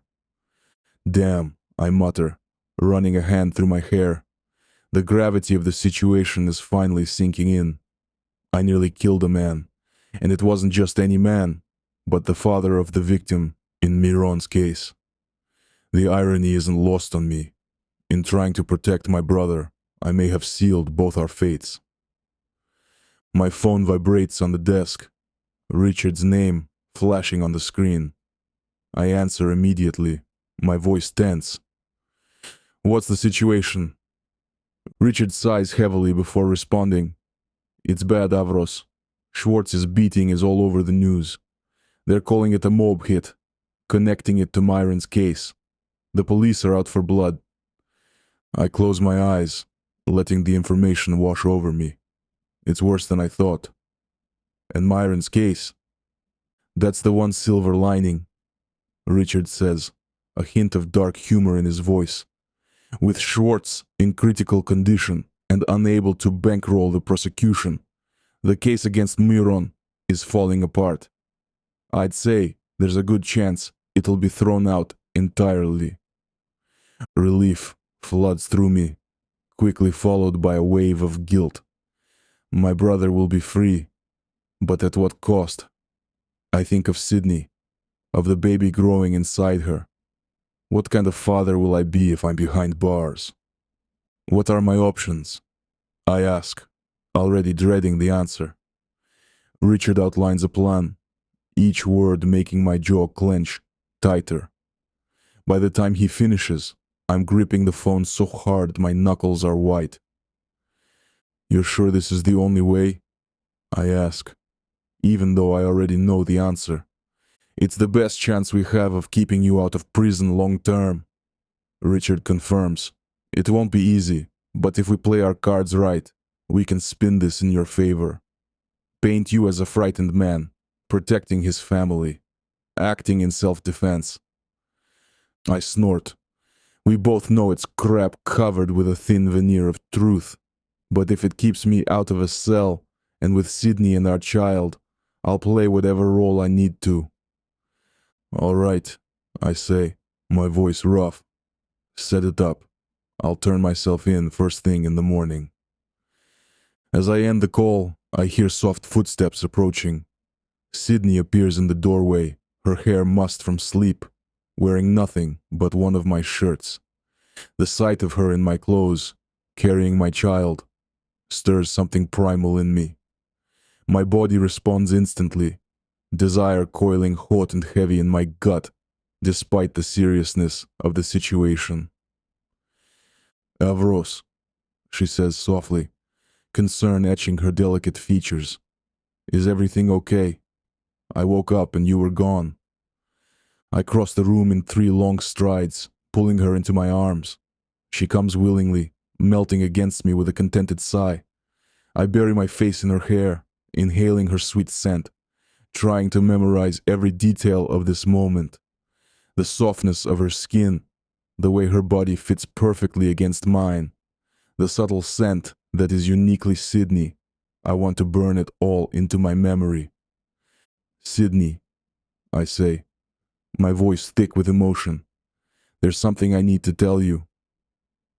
I lead her to the leather sofa, sitting down and pulling her onto my lap. Her warmth against me is a comfort I don't deserve. I take a deep breath, steeling myself for what's to come. I have to turn myself in, I say, watching her face carefully. For what happened with Schwartz, it's the only way to protect you, to protect our family. Sydney's eyes widen, her hand flying to her stomach instinctively. What? No, Avros. You can't. There has to be another way. I shake my head, cupping her face in my hands. There isn't, unfortunately. If I don't do this, they'll come for me. For us. I won't risk you or our child. Tears well up in her eyes, spilling over onto her cheeks. I brush them away with my thumbs, hating myself for causing her pain. The urge to comfort her, to lose myself in her body and forget about the world outside, is almost overwhelming. How long? She whispers, her voice breaking. I don't know, I admit. But Richard thinks he can get me out on bail quickly. It won't be forever, Sydney. I promise you that. She nods, trying to be brave, even as her lower lip trembles. What do you need me to do? My heart swells with love for this strong, incredible woman. Stay here, I tell her, my voice firm. Richard will be here with you, along with a full security detail. No one will touch you. I swear it. Sydney's fingers trace the lines of my face, as if committing them to memory. I love you, she says fiercely. We love you. Don't forget that. Not for a second. I capture her lips in a searing kiss, pouring all my love, my fear, my determination into it. When we break apart, we're both breathless. The taste of her lingers on my tongue, sweet and intoxicating. I love you too, I growl, my hands roaming her body possessively. Both of you. You're my world, Sydney. My reason for everything. She shivers under my touch, her body responding to me as it always does. But this time, there's a spark of determination in her eyes. I need you to come back. I won't accept anything else. I tilt her chin up, meeting her gaze. I swear it, I say solemnly. Nothing in this world could keep me from you and our child. I'll move heaven and earth to come back to you, Mishka. I promise you that together, we'll be a family. Our bodies tangle together, trading soft kisses and gentle caresses until the first light of dawn creeps through the windows and calls to me. Reluctantly, I disentangle myself from Sydney's warm embrace. I dress quickly, my movements precise as I prepare to face what's coming. For Sydney, for our family. Sydney watches me from the bed, her eyes red-rimmed but determined. She wraps the sheet around herself. the fabric clinging to her curves in a way that makes me want to forget all about turning myself in and crawl back into bed with her. "I'll be waiting," she says softly. "We'll be waiting." I lean down to kiss her one last time, trying to memorize the taste of her, the feel of her lips against mine. My hand splays across her stomach, a silent promise to our unborn child. Then, with a final glance back, I walk out of the bedroom and towards an uncertain future. The drive to the police station is surreal. The city passes by in a blur, the early morning light casting long shadows across the streets. I think of Myron, of the freedom my actions will bring him. I think of Sydney, of our unborn child. I think of the empire I've built, and how quickly it could all crumble. But as I pull up to the station, a strange sense of calm settles over me. I am Avros Petrov. I've faced worse odds and come out on top.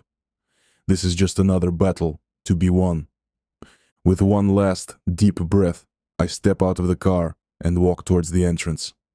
This is never what I imagined I would be doing, voluntarily turning myself in. But for Sydney, I'll face it head on without complaint. The doors of the station swing shut behind me with a final sounding thud. The game is on.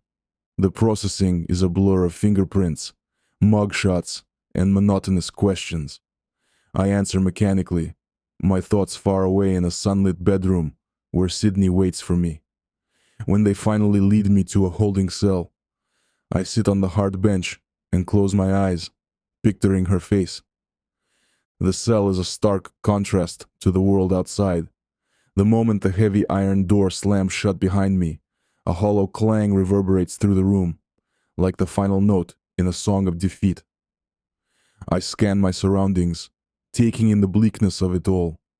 The walls are a dull, lifeless gray, cracked and peeling in places as if time itself has given up on trying to hold them together. The floor beneath me is cold, even through my shoes. It's hard, uneven, the concrete chipped away in random patches, as though a million pairs of restless feet have paced these same few square feet, wearing it down over time. The fluorescent light overhead hums, a low, grating sound that only adds to the discomfort. Its harsh glow reflects off the floor, casting long, sterile shadows across the cell. There's no warmth in it, no comfort. Just a cold, artificial brightness that makes it impossible to hide from the reality of where I am. I shift, and the sound of metal clinking draws my attention to the bars on the door. They look heavy, rusted in places, but solid. No amount of force would bend them, and even if it could, there's nowhere to go. Beyond them, the corridor stretches on, empty except for the echo of distant footsteps and the occasional muffled voice. It feels like a world away from the chaos I left outside, from the noise of the city and the rush of life. Here, time seems to slow, dragging on with a heavy, oppressive weight. I rub my wrists, still feeling the phantom pressure of the handcuffs, the metal biting into my skin, leaving behind a faint soreness that throbs with each pulse. The cool air prickles against my skin, making me aware of how damp my shirt has become, sticking uncomfortably to my back. Every movement feels sluggish, as though the air itself is pushing back against me. The taste of copper lingers on my tongue, a reminder of the adrenaline coursing through me, the metallic bite of fear that's hard to shake. But I swallow it down, focusing on the memory of Sydney, her laugh, the curve of her smile, the warmth of her touch. It's the only thing keeping me grounded, the only thing keeping the rising tide of claustrophobia at bay. I close my eyes, but even in the darkness, the cell is still there. The cold, the damp, the smell of decay, and the faint, ever-present hum of the fluorescent light. There's no escape, not yet, but I'll endure it. For Sydney, for the life growing inside her, for the future I promised her, a future far away from this place. I don't know how long I'll be here or what challenges lie ahead, but I know one thing with absolute certainty. I will find my way back to Sydney and our child. No matter what it takes, no matter how long it takes, I will return to them. As I settle in for a long wait, I allow myself a small smile. Sydney's strength, her unwavering love, has given me a new purpose. A reason to fight not just for power or control, but for something fragile and precious. For the first time in my life, I have something worth losing everything for. And that, I realize, makes me more dangerous than ever before. The sound of keys rattling in the lock pulls me from my thoughts. A guard appears, his face impassive. "Petrov," he says gruffly, "your lawyer's here." I stand, squaring my shoulders. Whatever comes next, I'm ready. Because now, I'm not just fighting for myself or my empire. I'm fighting for Sydney, for our child, for the future we deserve. And God help anyone who stands in my way. Chapter 23. Sydney. The fabric of my blouse rustles softly as I smooth it down for what must be the 100th time. I stare at my reflection in the full-length mirror, barely recognizing the woman looking back at me. She's polished, poised, wearing an outfit that costs more than my old apartment's monthly rent. But her eyes, they betray the turmoil churning beneath the surface. It's been 3 weeks since Avros turned himself in. 3 weeks of sleepless nights, of aching for his touch, of talking to our unborn child and promising that their father would be home soon. Now, as I prepare to take the stand as a witness in Avros's preliminary hearing, I feel the weight of our future pressing down on me. A soft knock at the door pulls me from my thoughts. "Come in," I call, turning away from my reflection. Richard, Avros's lawyer, enters the room. His usual crisp demeanor seems slightly rumpled around the edges, but there's a glint in his eye that makes my heart skip a beat. "Sydney," he says, a hint of a smile playing at the corners of his mouth. "I have some news." I inhale sharply, hope and fear warring in my chest. "Is it Avros? Is he okay?" Richard holds up a placating hand. "Avros is fine. Better than fine, actually. It's about Myron's case." The name of Avros's brother sends a jolt through me. I've never met Myron, but I know how much he means to Avros, how much of this mess started because of Avros's determination to protect him. "What about it?" I ask, my voice barely above a whisper. Richard's smile grows. "It's been dropped, completely dismissed due to a mistrial and allegations of witness tampering against Michael Schwartz." For a moment, I can't breathe. The implications of this news crash over me like a tidal wave. But that means Myron is coming home, Richard confirms. And with the main motivation behind Schwartz's assault no longer in play, Avros's case looks significantly weaker, especially since Schwartz is still in a coma. As long as you're prepared to testify about what happened that night being self-defense, I'd say our chances of getting him released are better than ever. A strangled sound escapes me. It's a half laugh, half sob. My knees feel weak, and I sink onto the edge of the bed. "He's coming home?" I whisper, my hand instinctively going to my stomach. "They're both coming home." Richard's expression softens as he watches me. It's a glimpse of the man behind the sharp suits and sharper legal mind. "You've been good for him, you know," he says quietly. "I've known Avros for years, and I've never seen him like this. He'd burn the world down for you and that baby." His words bring fresh tears to my eyes, but I blink them back. Now isn't the time for weakness. "What do I need to do?" I ask, squaring my shoulders. Richard nods approvingly. Just stick to the story we've rehearsed. Schwartz attacked you, threatened you and your unborn child. Avros was protecting you, nothing more. With Myron's case dismissed, the prosecution's theory of a mob hit falls apart. I nod, running through the practiced lines in my head. It's not entirely a lie. Schwartz did threaten me, and Avros was protecting me in his own way. The gray area between truth and falsehood makes my stomach churn, but I push the feeling aside. For Avros, for our family, I'll do what needs to be done. When I start, then clear my throat. When will Myron be released? He should be home by this evening, Richard says. I've already sent a car to pick him up from the prison.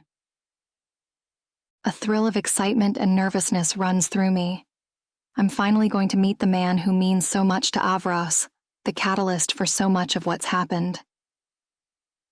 What's he like? I ask before I can stop myself. Myron, I mean. Is he like Avros? Richard chuckles, a rare sound from the usually stoic lawyer. Myron? He's something else, and far less serious than Avros. Charming, quick-witted. Got a mouth on him that'll make a sailor blush, but loyal to a fault, just like his brother. I try to picture it, a younger, more carefree version of Avros. The image makes me smile. I can't wait to meet him, I say softly. Well, you won't have to wait long, Richard says, glancing at his watch. He should be arriving within a few hours. I'll leave you to finish getting ready. Remember, Sydney, stick to the plan. For Avros. I nod firmly. For Avros, I echo. As Richard leaves, I'm left alone with my thoughts once more. The joy of knowing Avros might soon be free battles with the nervousness of meeting Myron and the pressure of my upcoming testimony. I need to do something, anything, to keep my mind occupied until Myron arrives. I wander out of the bedroom and into Avros's study. It's our study now, I suppose. The moment I step into the study, the air changes. It's cooler here, quieter, as though the room itself is holding its breath. The scent of leather and aged paper hangs in the air, thick and comforting, like an embrace from Avros. It wraps around me, and I breathe it in deeply, the familiar smell bringing a sense of calm that contrasts with the whirlwind in my mind. The walls are lined with bookshelves, towering and imposing, each shelf crammed with volumes that seem to absorb the soft glow of the lamp by the desk. I haven't turned it off since Avros left. The leather-bound spines are smooth under my fingertips as I trace them along the shelves, their surfaces cool and slightly dusty.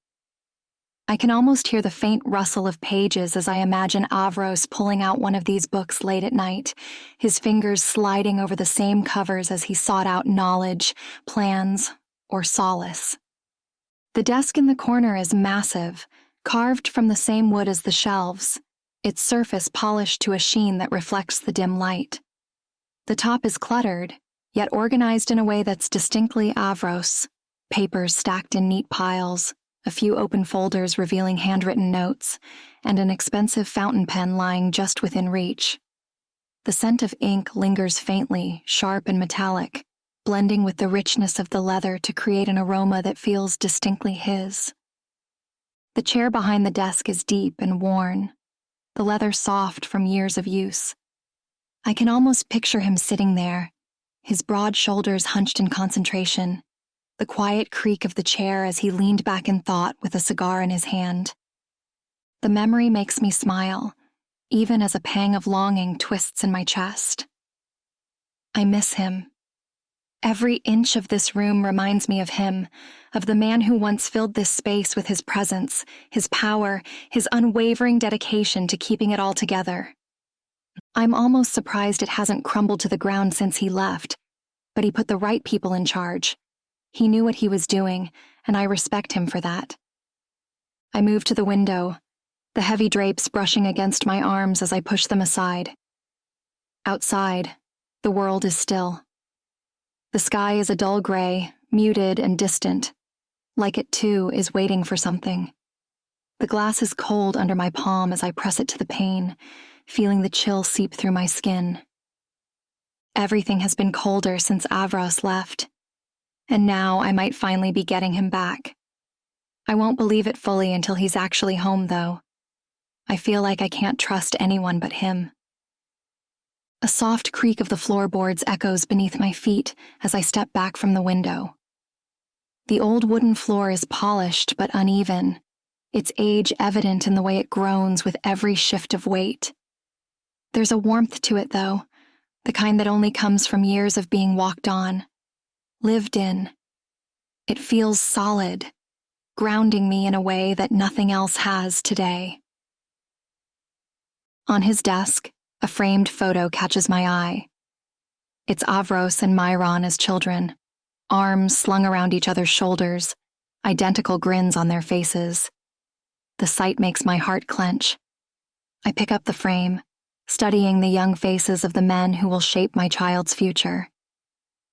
Your daddy and uncle were quite the troublemakers, I bet. I mutter to my belly, a small smile playing on my lips. I hope you inherit their spirit, little one. Just maybe with a bit less of the dangerous stuff, okay? Setting the photo down, I move to the window. The grounds of the mansion stretch out before me, lush and green. I try to imagine a child, our child, playing out there. Will they have Avros's dark hair? My green eyes? Will they be fearless and strong like their father or more cautious like me? The thought of our baby brings a fresh wave of emotions. I cradle my barely there bump, marveling at the life growing inside me. We're going to be okay, I whisper, as much to myself as to the baby. Your daddy will be home soon, and your Uncle Myron too. We'll be a real family. Restless energy propels me out of the study and into the kitchen. I've never been much of a baker, but suddenly I'm seized by the urge to bake something. Myron's been in prison for months. Surely he'd appreciate some home-baked cookies. As I rummage through the pantry looking for ingredients, I can't help but wonder about the man I'm about to meet. Will he approve of me? Of my relationship with Avros? What if he blames me for the trouble Avros is in? Stop it, I mutter to myself, measuring flour with more force than necessary. You're being ridiculous. Myron will love you because Avros loves you. It'll be fine. But as I mix the cookie dough, my mind continues to race. What if Myron is nothing like I expect? What if he resents me for changing his relationship with Avros? What if... The timer on the oven startles me out of my spiraling thoughts. I slide the first batch of cookies in, the warm scent of vanilla and chocolate chips already beginning to fill the air. As I wait for the cookies to bake, I find myself wandering the halls of the mansion. It still feels surreal sometimes, living in this opulent space. My fingers trace the intricate woodwork, the priceless artwork. Will our child grow up taking all this for granted? Or will Avros and I be able to instill in them the values of hard work and humility? The thought of raising a child in this world, Avros's world, sends a shiver down my spine. How will we protect them from the dangers that come with the Petrov name? How will we explain Avros's business when they're old enough to understand? I shake my head, trying to dispel the worry. One step at a time, I remind myself. First, we need to get Avros home. Then we can figure out the rest together. The smell of something burning snaps me back to reality. Oh no, the cookies! I race back to the kitchen, yanking open the oven door to find the first batch has turned into charred lumps. As I fan away the smoke, coughing, I can't help but laugh at myself. Well, little one, I say, patting my stomach, I think we've just proven that your mom shouldn't be left unsupervised in the kitchen right now. Let's hope my cooking skills return when the pregnancy hormones leave me.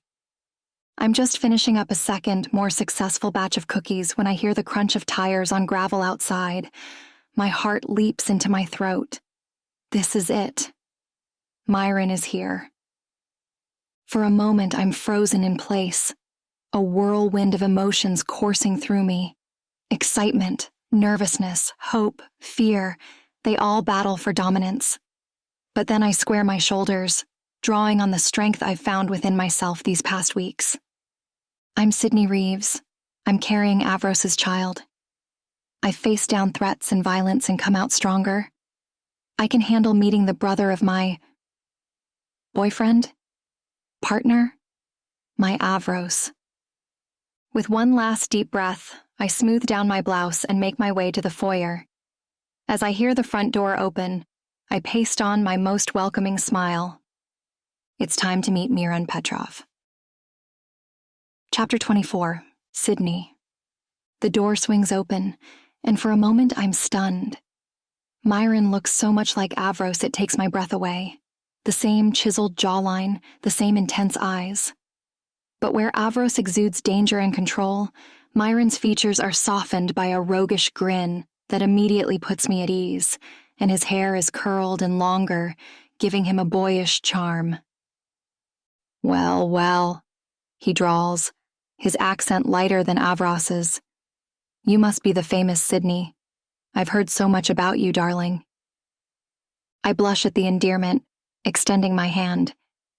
It's nice to finally meet you, Myron. Welcome home. Instead of shaking my hand, Myron pulls me into a warm, brotherly hug. The gesture is so unexpected and comforting that I feel tears prickling at the corners of my eyes. None of that now, Myron says gently, pulling back to look at me. His eyes are kind, filled with a warmth that reminds me so much of Avros. It makes my heart ache. We're family, Sydney, and family doesn't stand on ceremony. His words wash over me, soothing an ache I didn't even know I had. Thank you, I manage, my voice thick with emotion. Myron's grin widens. Now let me look at you properly. I want to see the woman who's managed to tame my wild brother. He steps back, giving me an exaggerated once-over that has me giggling despite myself.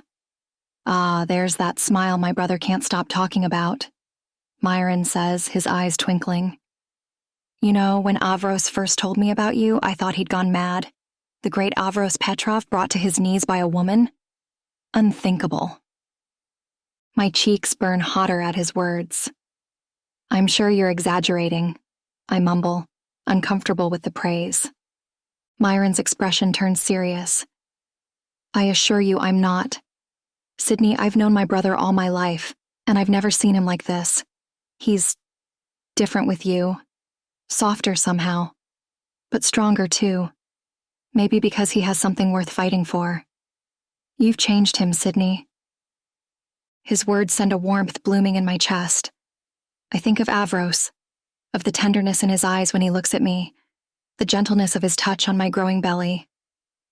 He's changed me too, I admit softly.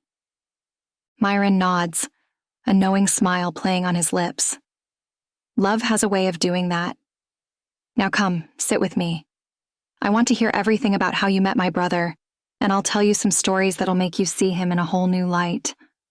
We settle in the living room, and I find myself relaxing as Miran begins to share tales from their childhood.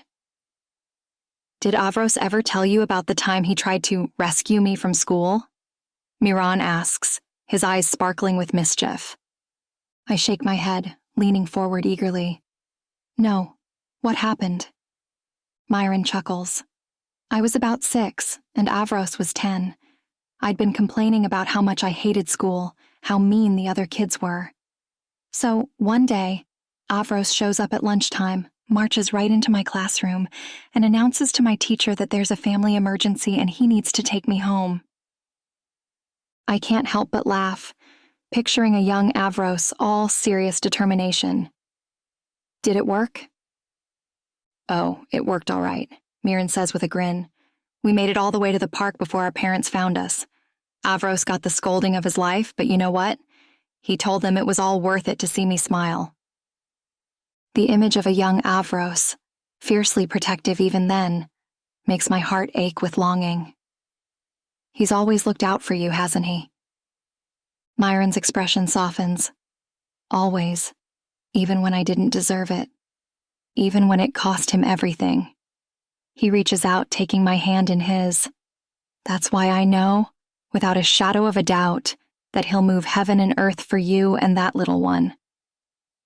I bite my lip, hope and doubt warring within me. Even after everything that's happened, the trial, the baby. Especially because of all that, Myron says firmly, Sydney, my brother is many things, but when he commits to something or someone, it's for life. And he's committed to you and that little one. His words wash over me like a balm, soothing fears I didn't even know I had. This is what I want, I realize with startling clarity. I want Avros home, free. I want us to raise our child together, to build a life and a family. Thank you, Miran, I say, my voice thick with emotion.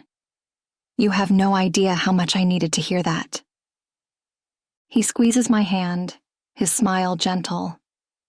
That's what family is for, right? And you are family now. His eyes drift to my stomach, a look of wonder crossing his face. May I? I nod, guiding his hand to the slight swell of my belly. Myron's touch is gentle, reverent. Hello there, little one, he says softly. I'm your Uncle Myron. I can't wait to meet you and teach you all sorts of things that'll drive your papa crazy. I laugh, picturing Avros's exasperated face as Myron spoils our child rotten. I have a feeling you're going to be the fun uncle. Myron's grin is positively wicked. Oh, you have no idea. I'm going to teach this kid all my best tricks. By the time they're 5, they'll be able to pick any lock and charm their way out of any trouble. Avros will have a fit, I say, but I can't keep the smile off my face. Good, Myron says with a wink. Someone needs to keep my brother on his toes. Between you and this little one, I think we've got that covered. We spend the next hour trading stories, me sharing how I met Avros, Miran regaling me with tales of their adventures growing up. With each passing minute, I feel more and more at ease. This is family, I realize. This warmth, this easy camaraderie. You know, Myron says, leaning in conspiratorially, Avros is crazy about you. Truly, madly, deeply in love. I've never seen him so determined to make things work with a woman before. I feel a blush creeping up my cheeks. He told you that? Myron snorts. Told me? He wouldn't shut up about you. Every phone call, every visit, it was Sydney this and Sydney that. I thought he'd lost his mind at first, but now that I've met you, I get it. Get what? I ask, curious. Why you're perfect for him, Myron says simply. You're strong enough to stand up to him, but soft enough to show him there's more to life than the business. You're his balance, Sydney. His anchor. His words bring fresh tears to my eyes. I love him so much, I whisper. I just want him home. Myron's expression turns fierce, and we'll get him home. I promise you that. My brother has sacrificed everything for me time and time again. It's my turn to return the favor. The moment is interrupted by Richard clearing his throat from the doorway. I hate to break up the reunion, but dinner is ready. I thought we might discuss strategy for the trial over some food. We move to the dining room, where a spread that would put most restaurants to shame awaits us. As we settle in to eat, Richard begins outlining the plan for Avros's defense. The good news, he says, helping himself to some roasted potatoes, is that I have very good reason to believe Avros's trial will be dropped completely. I nearly choke on my wine. What? How? Richard's smile is satisfied, almost smug. The judge presiding over Avros's case? He's the same one from Myron's trial, and after the, shall we say, irregularities that came to light in Myron's case, he's eager to avoid any further scrutiny. Myron leans back in his chair, a wolfish grin spreading across his face. Well, well, isn't that a stroke of luck? I look between them, a mixture of hope and unease swirling in my stomach. So what does this mean? For Avros? For us? It means, Richard says, his tone measured but optimistic, that with your testimony and this fortunate turn of events, we have a very good chance of bringing Avros home soon. Very soon. The relief that floods through me is so intense it's almost painful. I press a hand to my stomach, feeling the slight swell there. Did you hear that, little one? I whisper. Your daddy might be coming home. Myron raises his glass in a toast. To family, he says, his eyes shining with emotion, and to bringing my stubborn brother back where he belongs. As we clink glasses, I feel a sense of rightness settle over me. This is my family now. Complicated, dangerous, but fiercely loyal. And soon, God willing, we'll be complete. So, Sydney, Myron says as we dig into our meal, have you and my brother started thinking about names for the little one yet? I shake my head, smiling. Not really. It still feels so surreal sometimes. Myron's eyes light up. Well, may I suggest Myron if it's a boy? It's a strong name, you know. A very peaceful name for a child. Richard snorts into his wine glass. Peace? You? Hey, I can be peaceful, Myron protests. But his grin gives him away. All right, maybe not. But it's still a good name. I laugh, feeling lighter than I have in weeks. I'll run it by Avros, I promise. But maybe as a middle name. I'll take it, Myron says with a wink. And if it's a girl? Natalia, I say without thinking. At their curious looks, I explain. It was my grandmother's name.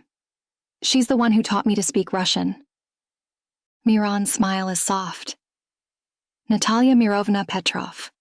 It has a nice ring to it, don't you think? The casual way he includes his brother's surname, the easy acceptance of me and the baby into the family, brings a lump to my throat. It does. I agree softly.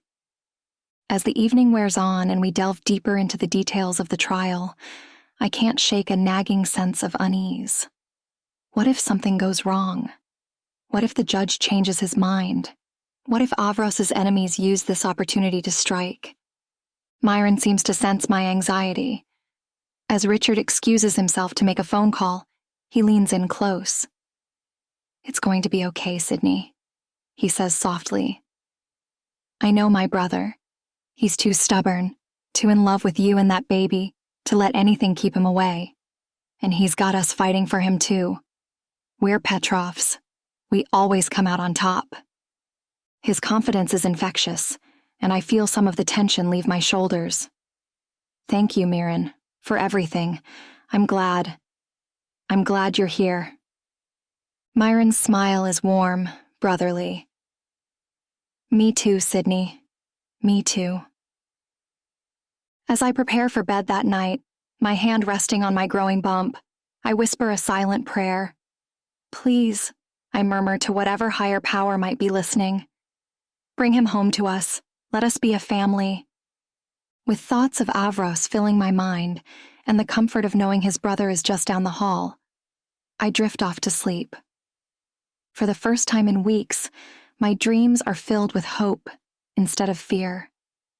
I see Avros holding our child, Miron teaching them to ride a bike, family dinners filled with laughter and love. It's a future worth fighting for. And with the strength of the Petrov family behind us, I know we'll make it a reality. Chapter 25. Avros. The harsh fluorescent lights of the jail cell have become a constant in my life over the past few weeks. Their unforgiving glare has etched every crack in the concrete walls, every rust stain on the metal bars, into my memory. The monotonous routine, The oppressive silence, broken only by the occasional shout or clang of metal. It has all started to blur together, days bleeding into nights in an endless cycle of regret and longing.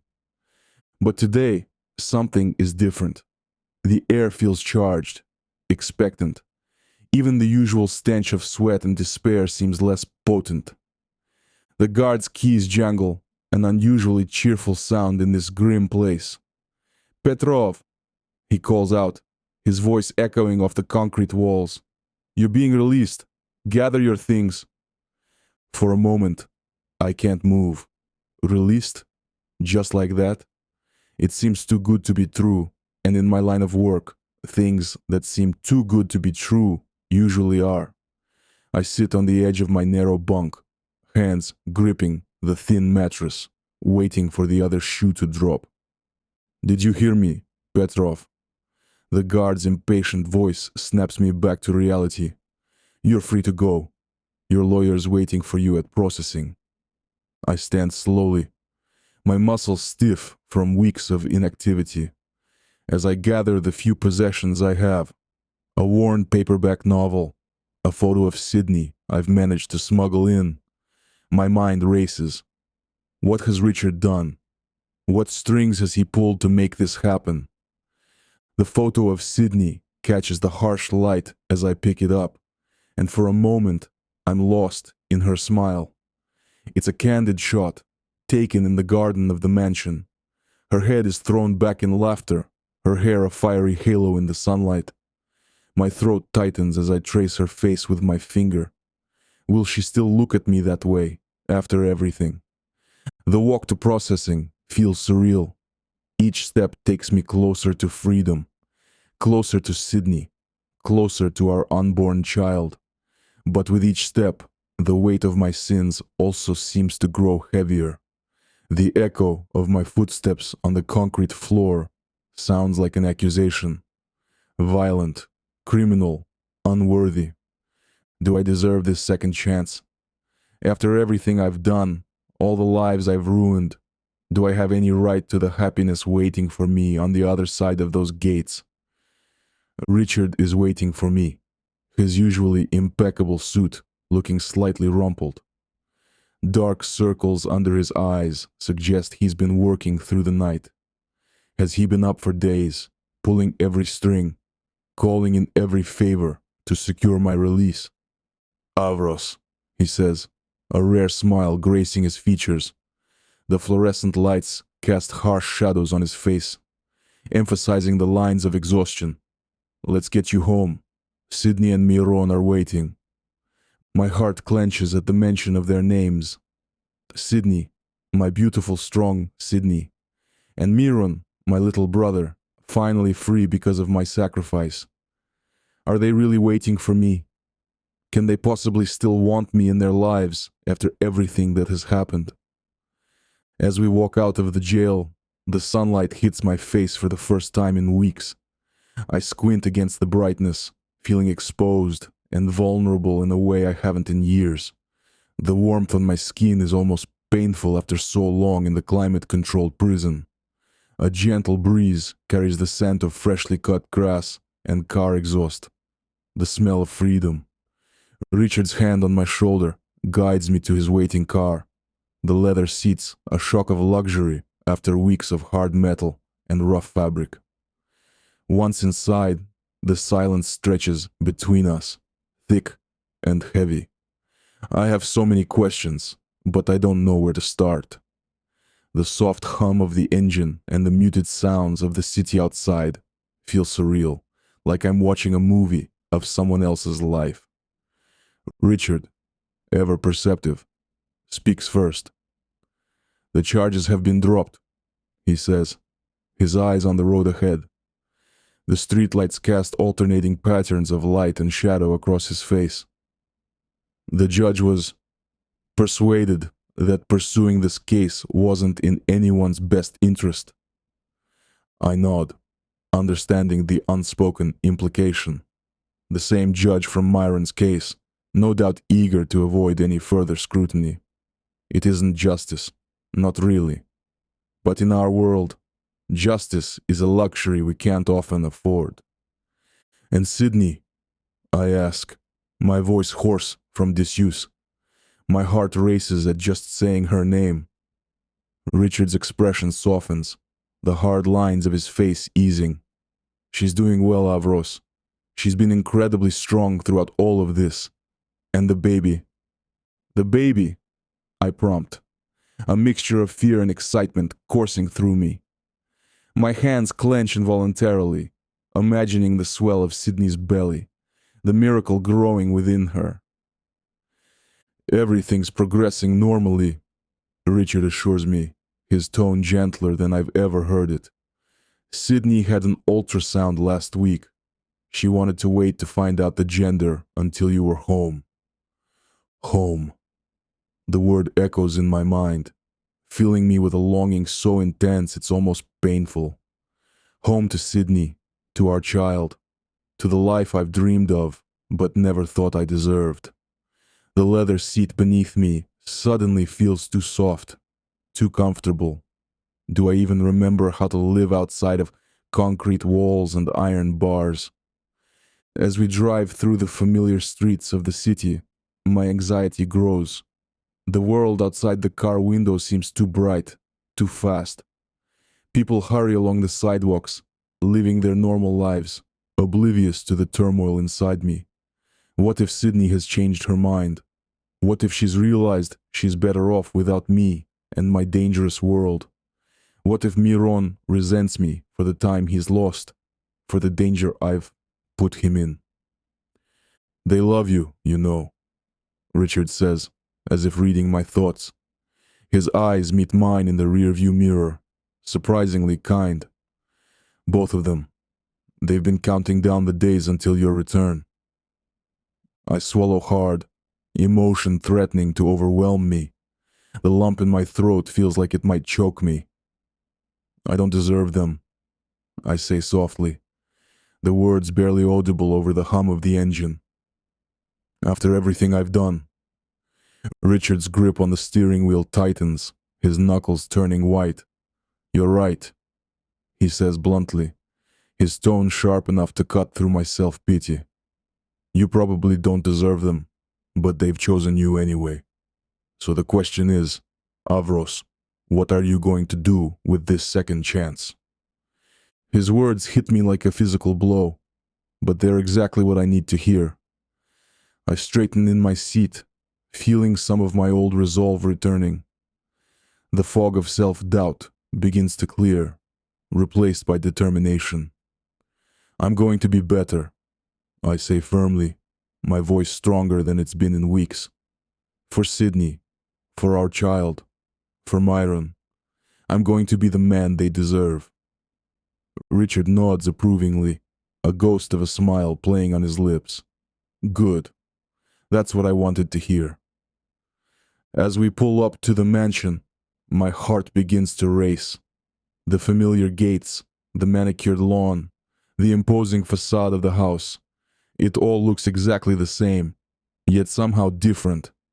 Like a painting I've seen 1,000 times, but am only now truly understanding. I can see two figures waiting on the front steps, one tall and lean, unmistakably Miron, and one smaller, with a gentle curve to her belly that makes my breath catch. Sydney. Richard has barely stopped the car before I'm out, my feet carrying me towards them of their own accord. The gravel crunches under my shoes, the sound grounding me in reality. This is happening. I am home. Miron reaches me first, pulling me into a fierce hug. The familiar scent of his cologne, mixed with the crisp outdoor air, brings back a flood of memories. Welcome home, big brother, he says, his voice thick with emotion. I hug him back just as tightly, feeling some of the tension leave my body. Myron is solid and real in my arms, proof that this isn't some cruel dream. It's good to be home, Myron. I'm sorry for everything. Myron pulls back, shaking his head. His eyes, so like my own, are bright with unshed tears. No apology is necessary. You saved me, Avros. Now let me return the favor and help you build the life you deserve. Before I can respond, a soft voice calls out, Avros?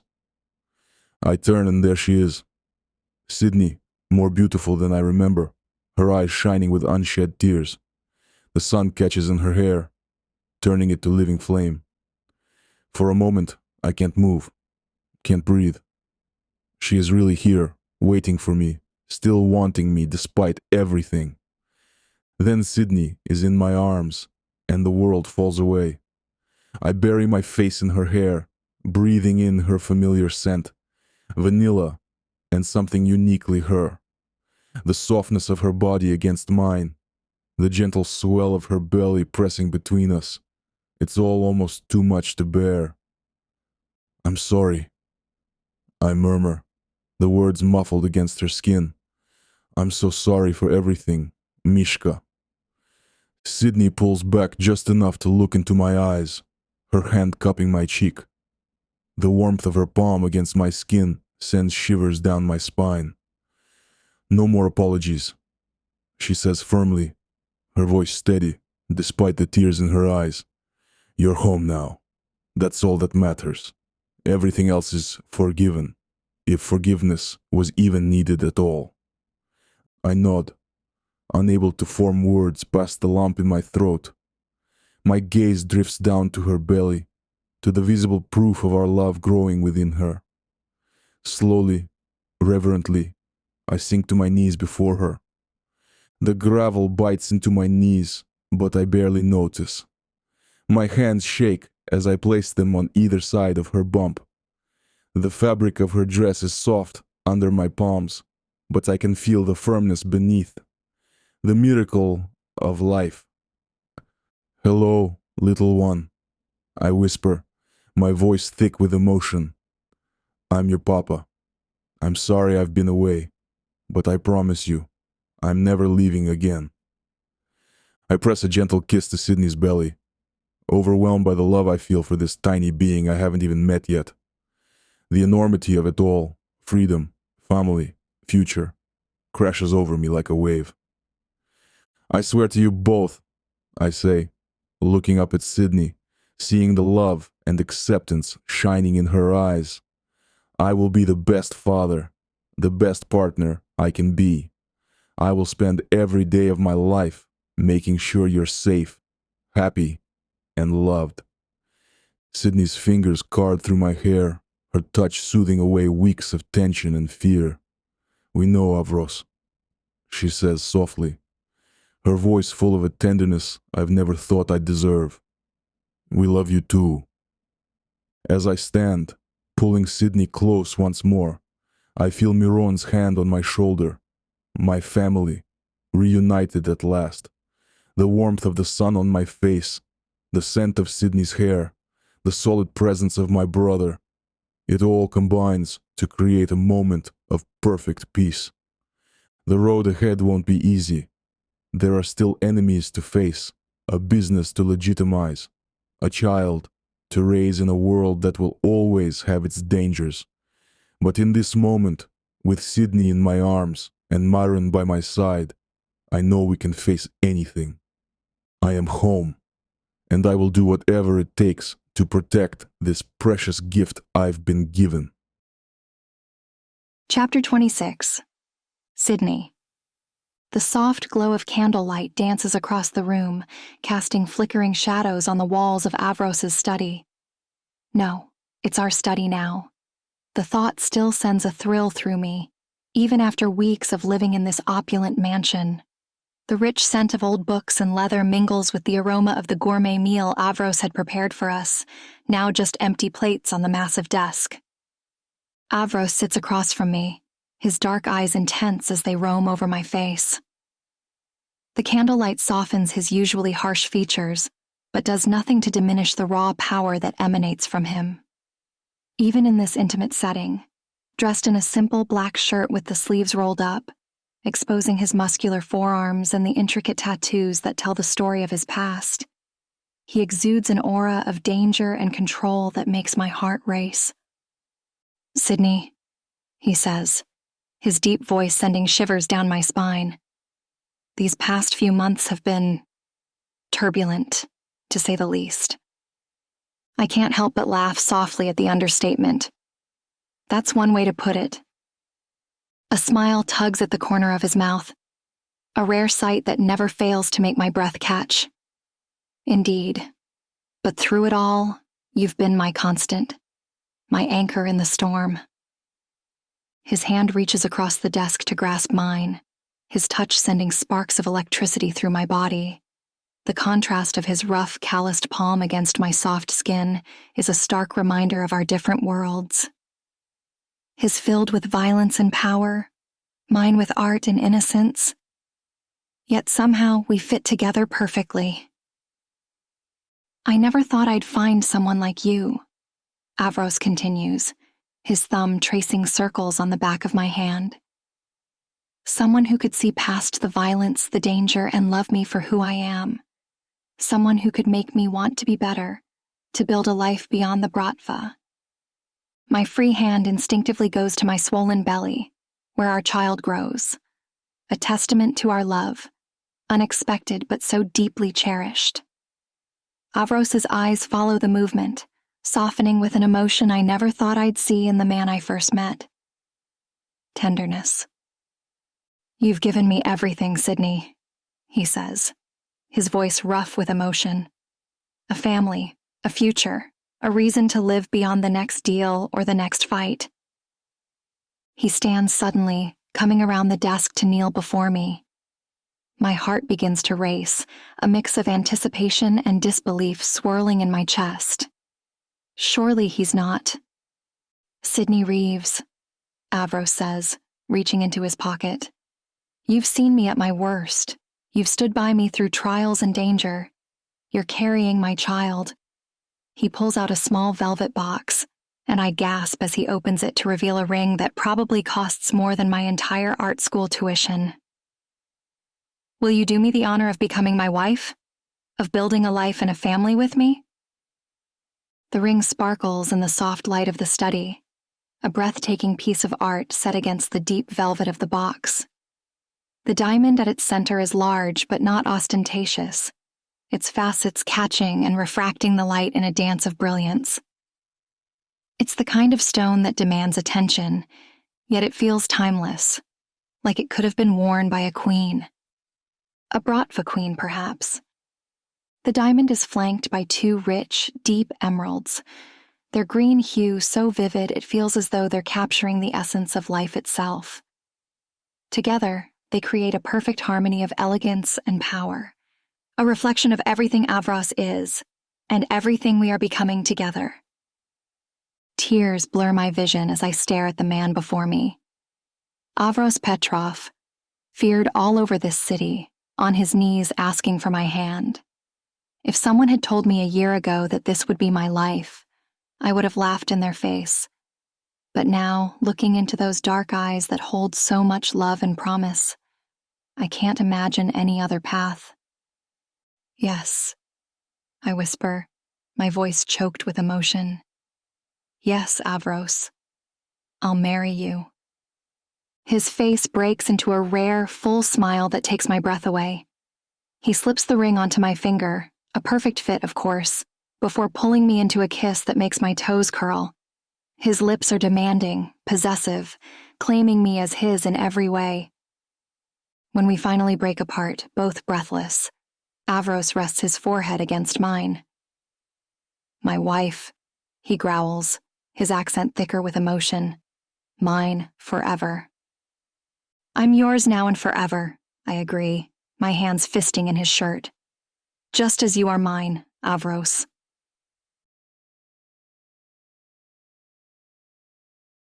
Chapter 27.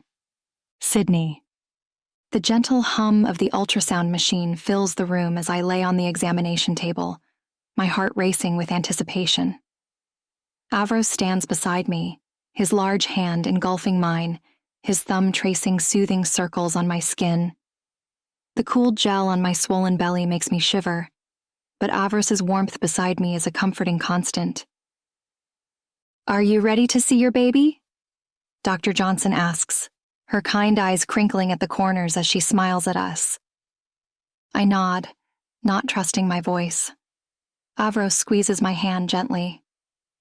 "We're ready," he says, his deep voice rumbling through me. As the doctor presses the wand to my belly, the grainy image on the screen comes to life. The rapid whoosh whoosh of our baby's heartbeat fills the room, strong and steady. Tears prick at my eyes as I watch our child move on the screen, tiny hands and feet becoming visible. "Everything looks perfect," Dr. Johnson assures us, pointing out various features. "Strong heartbeat, good size for gestational age. Would you like to know if they're a boy or a girl?" I look up at Avros, seeing my own excitement mirrored in his eyes. We'd discussed this, deciding we wanted to know, but now that the moment is here, I find myself hesitating. "It's up to you, Mishka," Avros murmurs, bringing my hand to his lips for a gentle kiss. "Whatever you want." His tenderness, so at odds with the dangerous man the world sees, makes my heart swell. I nod, turning back to the doctor. "Yes, please. We'd like to know." Dr. Johnson smiles, adjusting the wand slightly. "Well, congratulations. You're having a little girl." The world seems to stop for a moment as the words sink in. A girl. We're having a daughter. "A girl," I whisper, fresh tears spilling down my cheeks. "Avros, we're having a little girl." I look up at him, expecting to see joy, but what I see instead takes my breath away. Avros, the feared Bratva boss, the man who can make hardened criminals tremble with a single look, has tears in his eyes. His expression is one of awe and vulnerability I've never seen before. "A daughter," he says softly, his accent thicker with emotion. "Our little princess." The love in his voice, the tenderness in his touch as he places his free hand on my belly, it's almost too much. This man, who has seen and done things I can barely imagine, is completely undone by the thought of our daughter. As Dr. Johnson finishes the exam and leaves us alone to get dressed, Avros helps me sit up, his hands gentle yet possessive on my body. He kneels before me, his face level with my swollen belly. "Hello, little one," he murmurs, pressing a soft kiss to my skin. "I'm your papa. I can't wait to meet you, to hold you in my arms. I promise you, my princess, I will move heaven and earth to keep you safe and happy." His words, spoken with such fierce devotion, bring fresh tears to my eyes. I card my fingers through his hair, marveling at how this dangerous man can be so gentle, so loving. "She's going to have you wrapped around her little finger," I tease gently, my voice thick with emotion. Avros looks up at me, his eyes shining with a mixture of love and determination. "Just like her mother does," he says with a soft smile. Then his expression turns serious. "I swear to you both, I will be the father she deserves, the husband you deserve. I'll do whatever it takes to protect our family." The intensity in his voice sends a shiver down my spine. I know Avros means every word, that he would burn the world to ash to keep us safe. It should frighten me, this glimpse of the ruthless man he can be. But instead, I feel safer than I ever have before. "I know you will," I say softly, cupping his face in my hands. "And we'll be right here beside you, supporting you every step of the way. Our little family against the world." Avros stands, pulling me into his arms. I melt against him, feeling the solid strength of his body, breathing in his familiar scent of expensive cologne and something uniquely him. "My girls," he murmurs into my hair. "My everything." As we leave the doctor's office, Avros's hand on the small of my back, guiding and protecting, I can't help but marvel at how much my life has changed. A year ago, I was a struggling grad student, barely making ends meet. Now, I'm engaged to one of the most powerful men in the city, carrying his child, his daughter.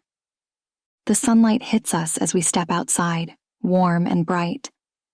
Avros's security detail surrounds us immediately, a reminder of the world we live in. But for once, their presence doesn't make me nervous. Instead, I feel a surge of gratitude for the protection they provide, for the lengths Avros goes to, just to keep us safe. "What are you thinking, Mishka?" Avros asks as he helps me into the car, his hand lingering on mine. I smile up at him, feeling a rush of love so strong it almost takes my breath away. "I'm thinking about how lucky our daughter is to have you as her father. How lucky I am to have you as my partner." Avros's eyes darken with emotion. He leans in, his lips brushing my ear as he whispers, "I'm the lucky one, Sydney. You've given me everything I never knew I wanted. A family, a future, an entire world to protect, outside my empire, a reason to be a better man." As we drive home, Avros's hand resting possessively on my thigh, I let my mind wander to the future. I picture a little girl with Avros's dark hair and my green eyes, running through the mansion's gardens. I imagine Avros teaching her to ride a bike, his strong hands keeping her steady. I see us as a family, gathered around the dinner table, laughing and sharing stories. But even as these warm images fill my mind, I can't completely silence the whisper of anxiety. Our world isn't safe. Avros has enemies, people who would use me and our daughter to get to him. How will we protect her?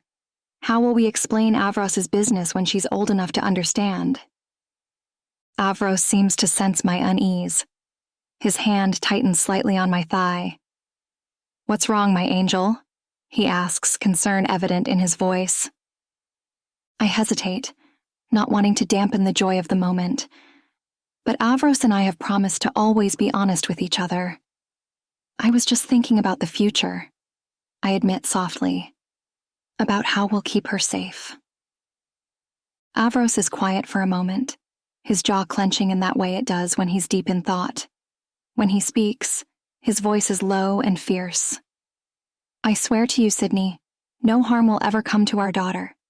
I'll dismantle my entire empire if that's what it takes to protect her. I'll burn my whole world to the ground, because soon, she'll be my whole world."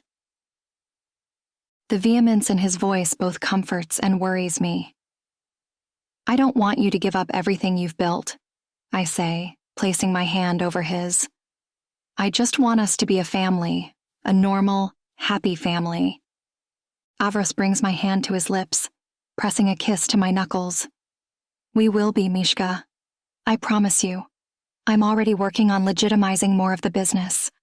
By the time our princess is born, things will be different, safer, more above board." I nod, wanting to believe him, wanting to believe that we can have it all. The love, the family, the safety. But a small part of me wonders if it's truly possible.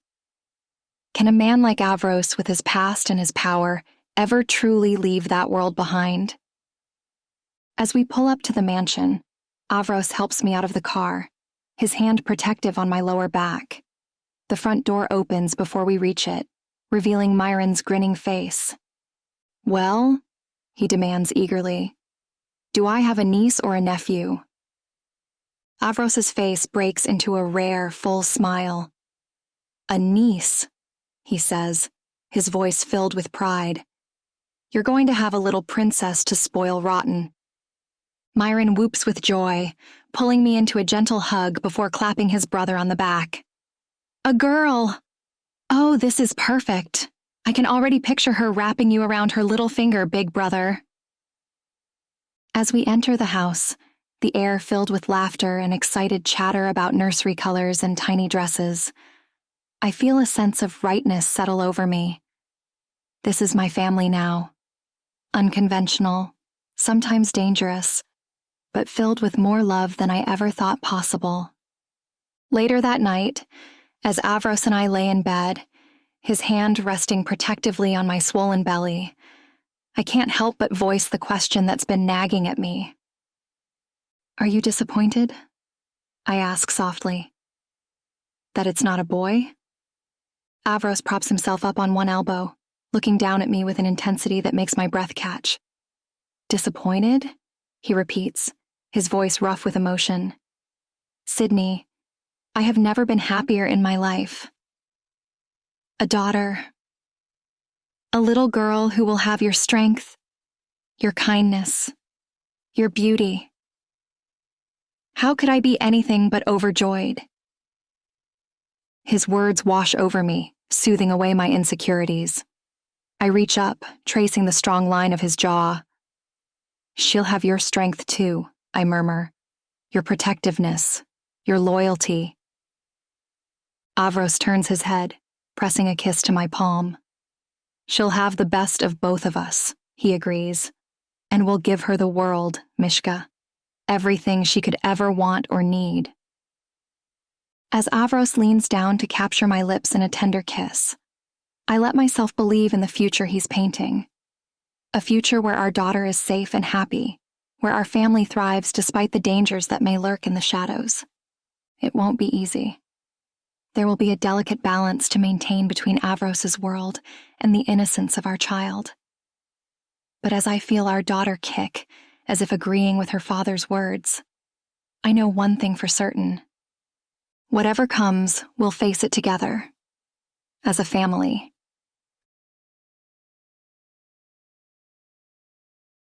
Epilogue. Avros. The soft glow of the computer screen illuminates the study as I pore over financial reports, my fingers flying across the keyboard. The business has changed significantly in the past few years, with more legitimate ventures and fewer questionable activities. It's been a challenge, but for Sydney and our daughter, I'd move mountains. A high-pitched giggle breaks my concentration, followed by the pitter-patter of tiny feet. I glance up, a smile already tugging at my lips, despite my best efforts to maintain my serious demeanor. Papa! Papa! Play! Natalia, our 3-year-old whirlwind, bursts into the study.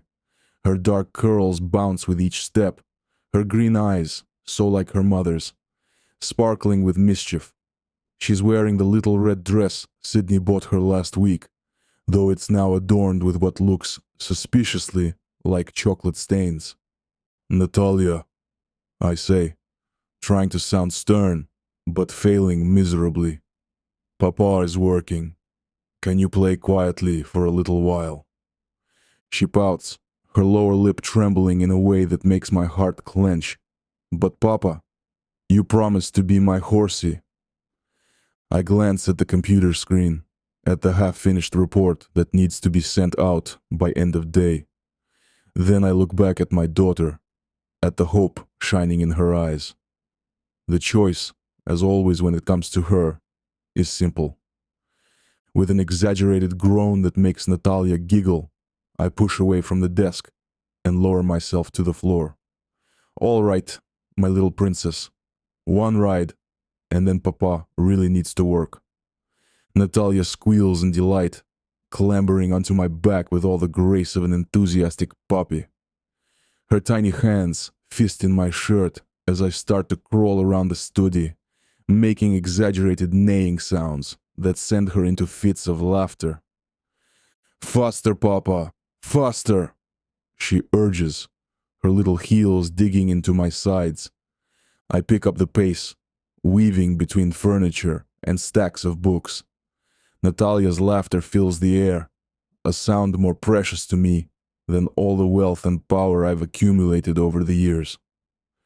As we round the corner of the desk for the third time, I catch sight of Sydney leaning against the doorframe. Her arms are crossed over her chest, an amused smile playing on her lips as she watches us. I see someone manage to lure the big bad Bratva boss away from his work, she teases, her eyes twinkling with mirth. I come to a stop, Natalia still giggling on my back. What can I say? I reply, slightly out of breath. I'm weak against the charms of Petrov women. Sydney's smile softens, love shining in her eyes. Even after all this time, that look still takes my breath away. How did I get so lucky? Come on, sweet girl, Sydney says, holding out her arms to Natalia. It's time for lunch. Let's give Papa a break so he can finish his work. Natalia pouts again, but slides off my back obediently. Can we have lunch in the garden, Mama? Please. Sydney nods, scooping our daughter up into her arms. Of course, sweetheart. It's a beautiful day. As they turn to leave, Natalia waves over Sydney's shoulder. Bye-bye, Papa. Don't work too hard. I wave back, my heart full to bursting with love for my girls. Enjoy your lunch, my loves. I'll try to join you soon. Once they're gone, I heave myself off the floor with a groan.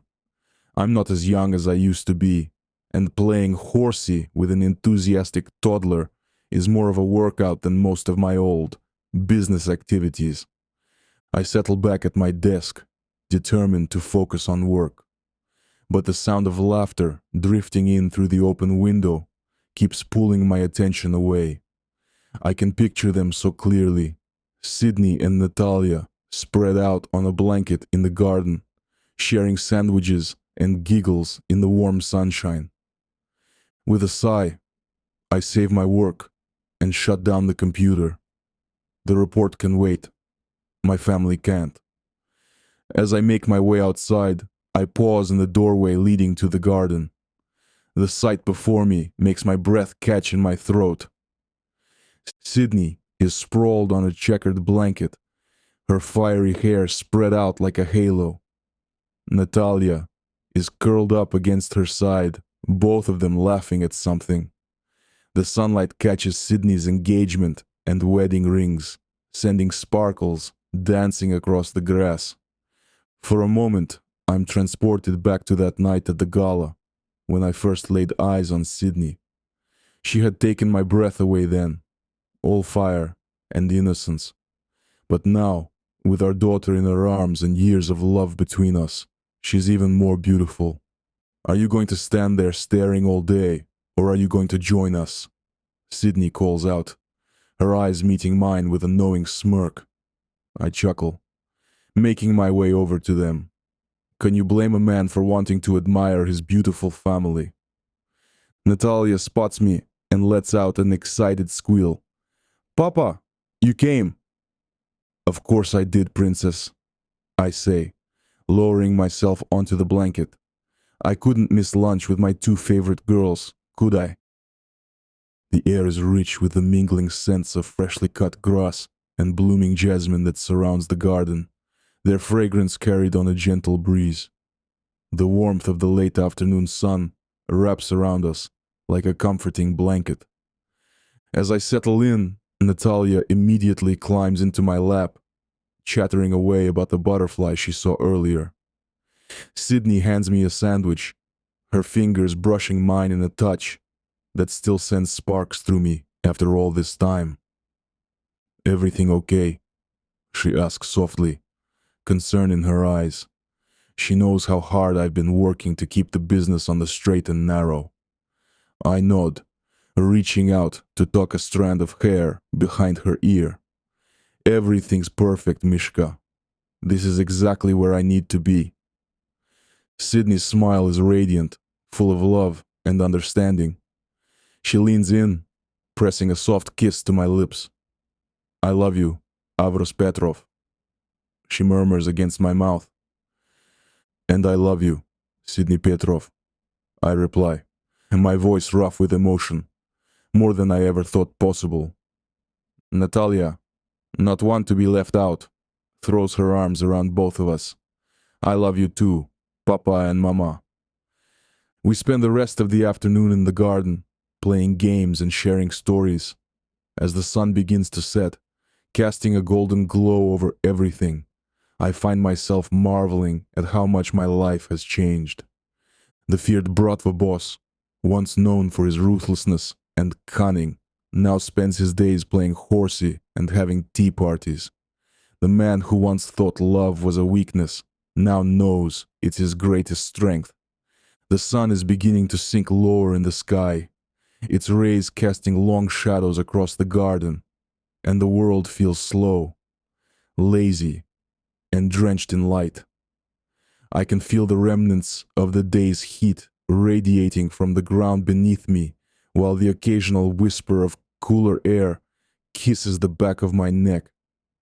I close my eyes, listening to the soft rustle of Sydney, adjusting her position beside me, the quiet brush of her dress against the grass.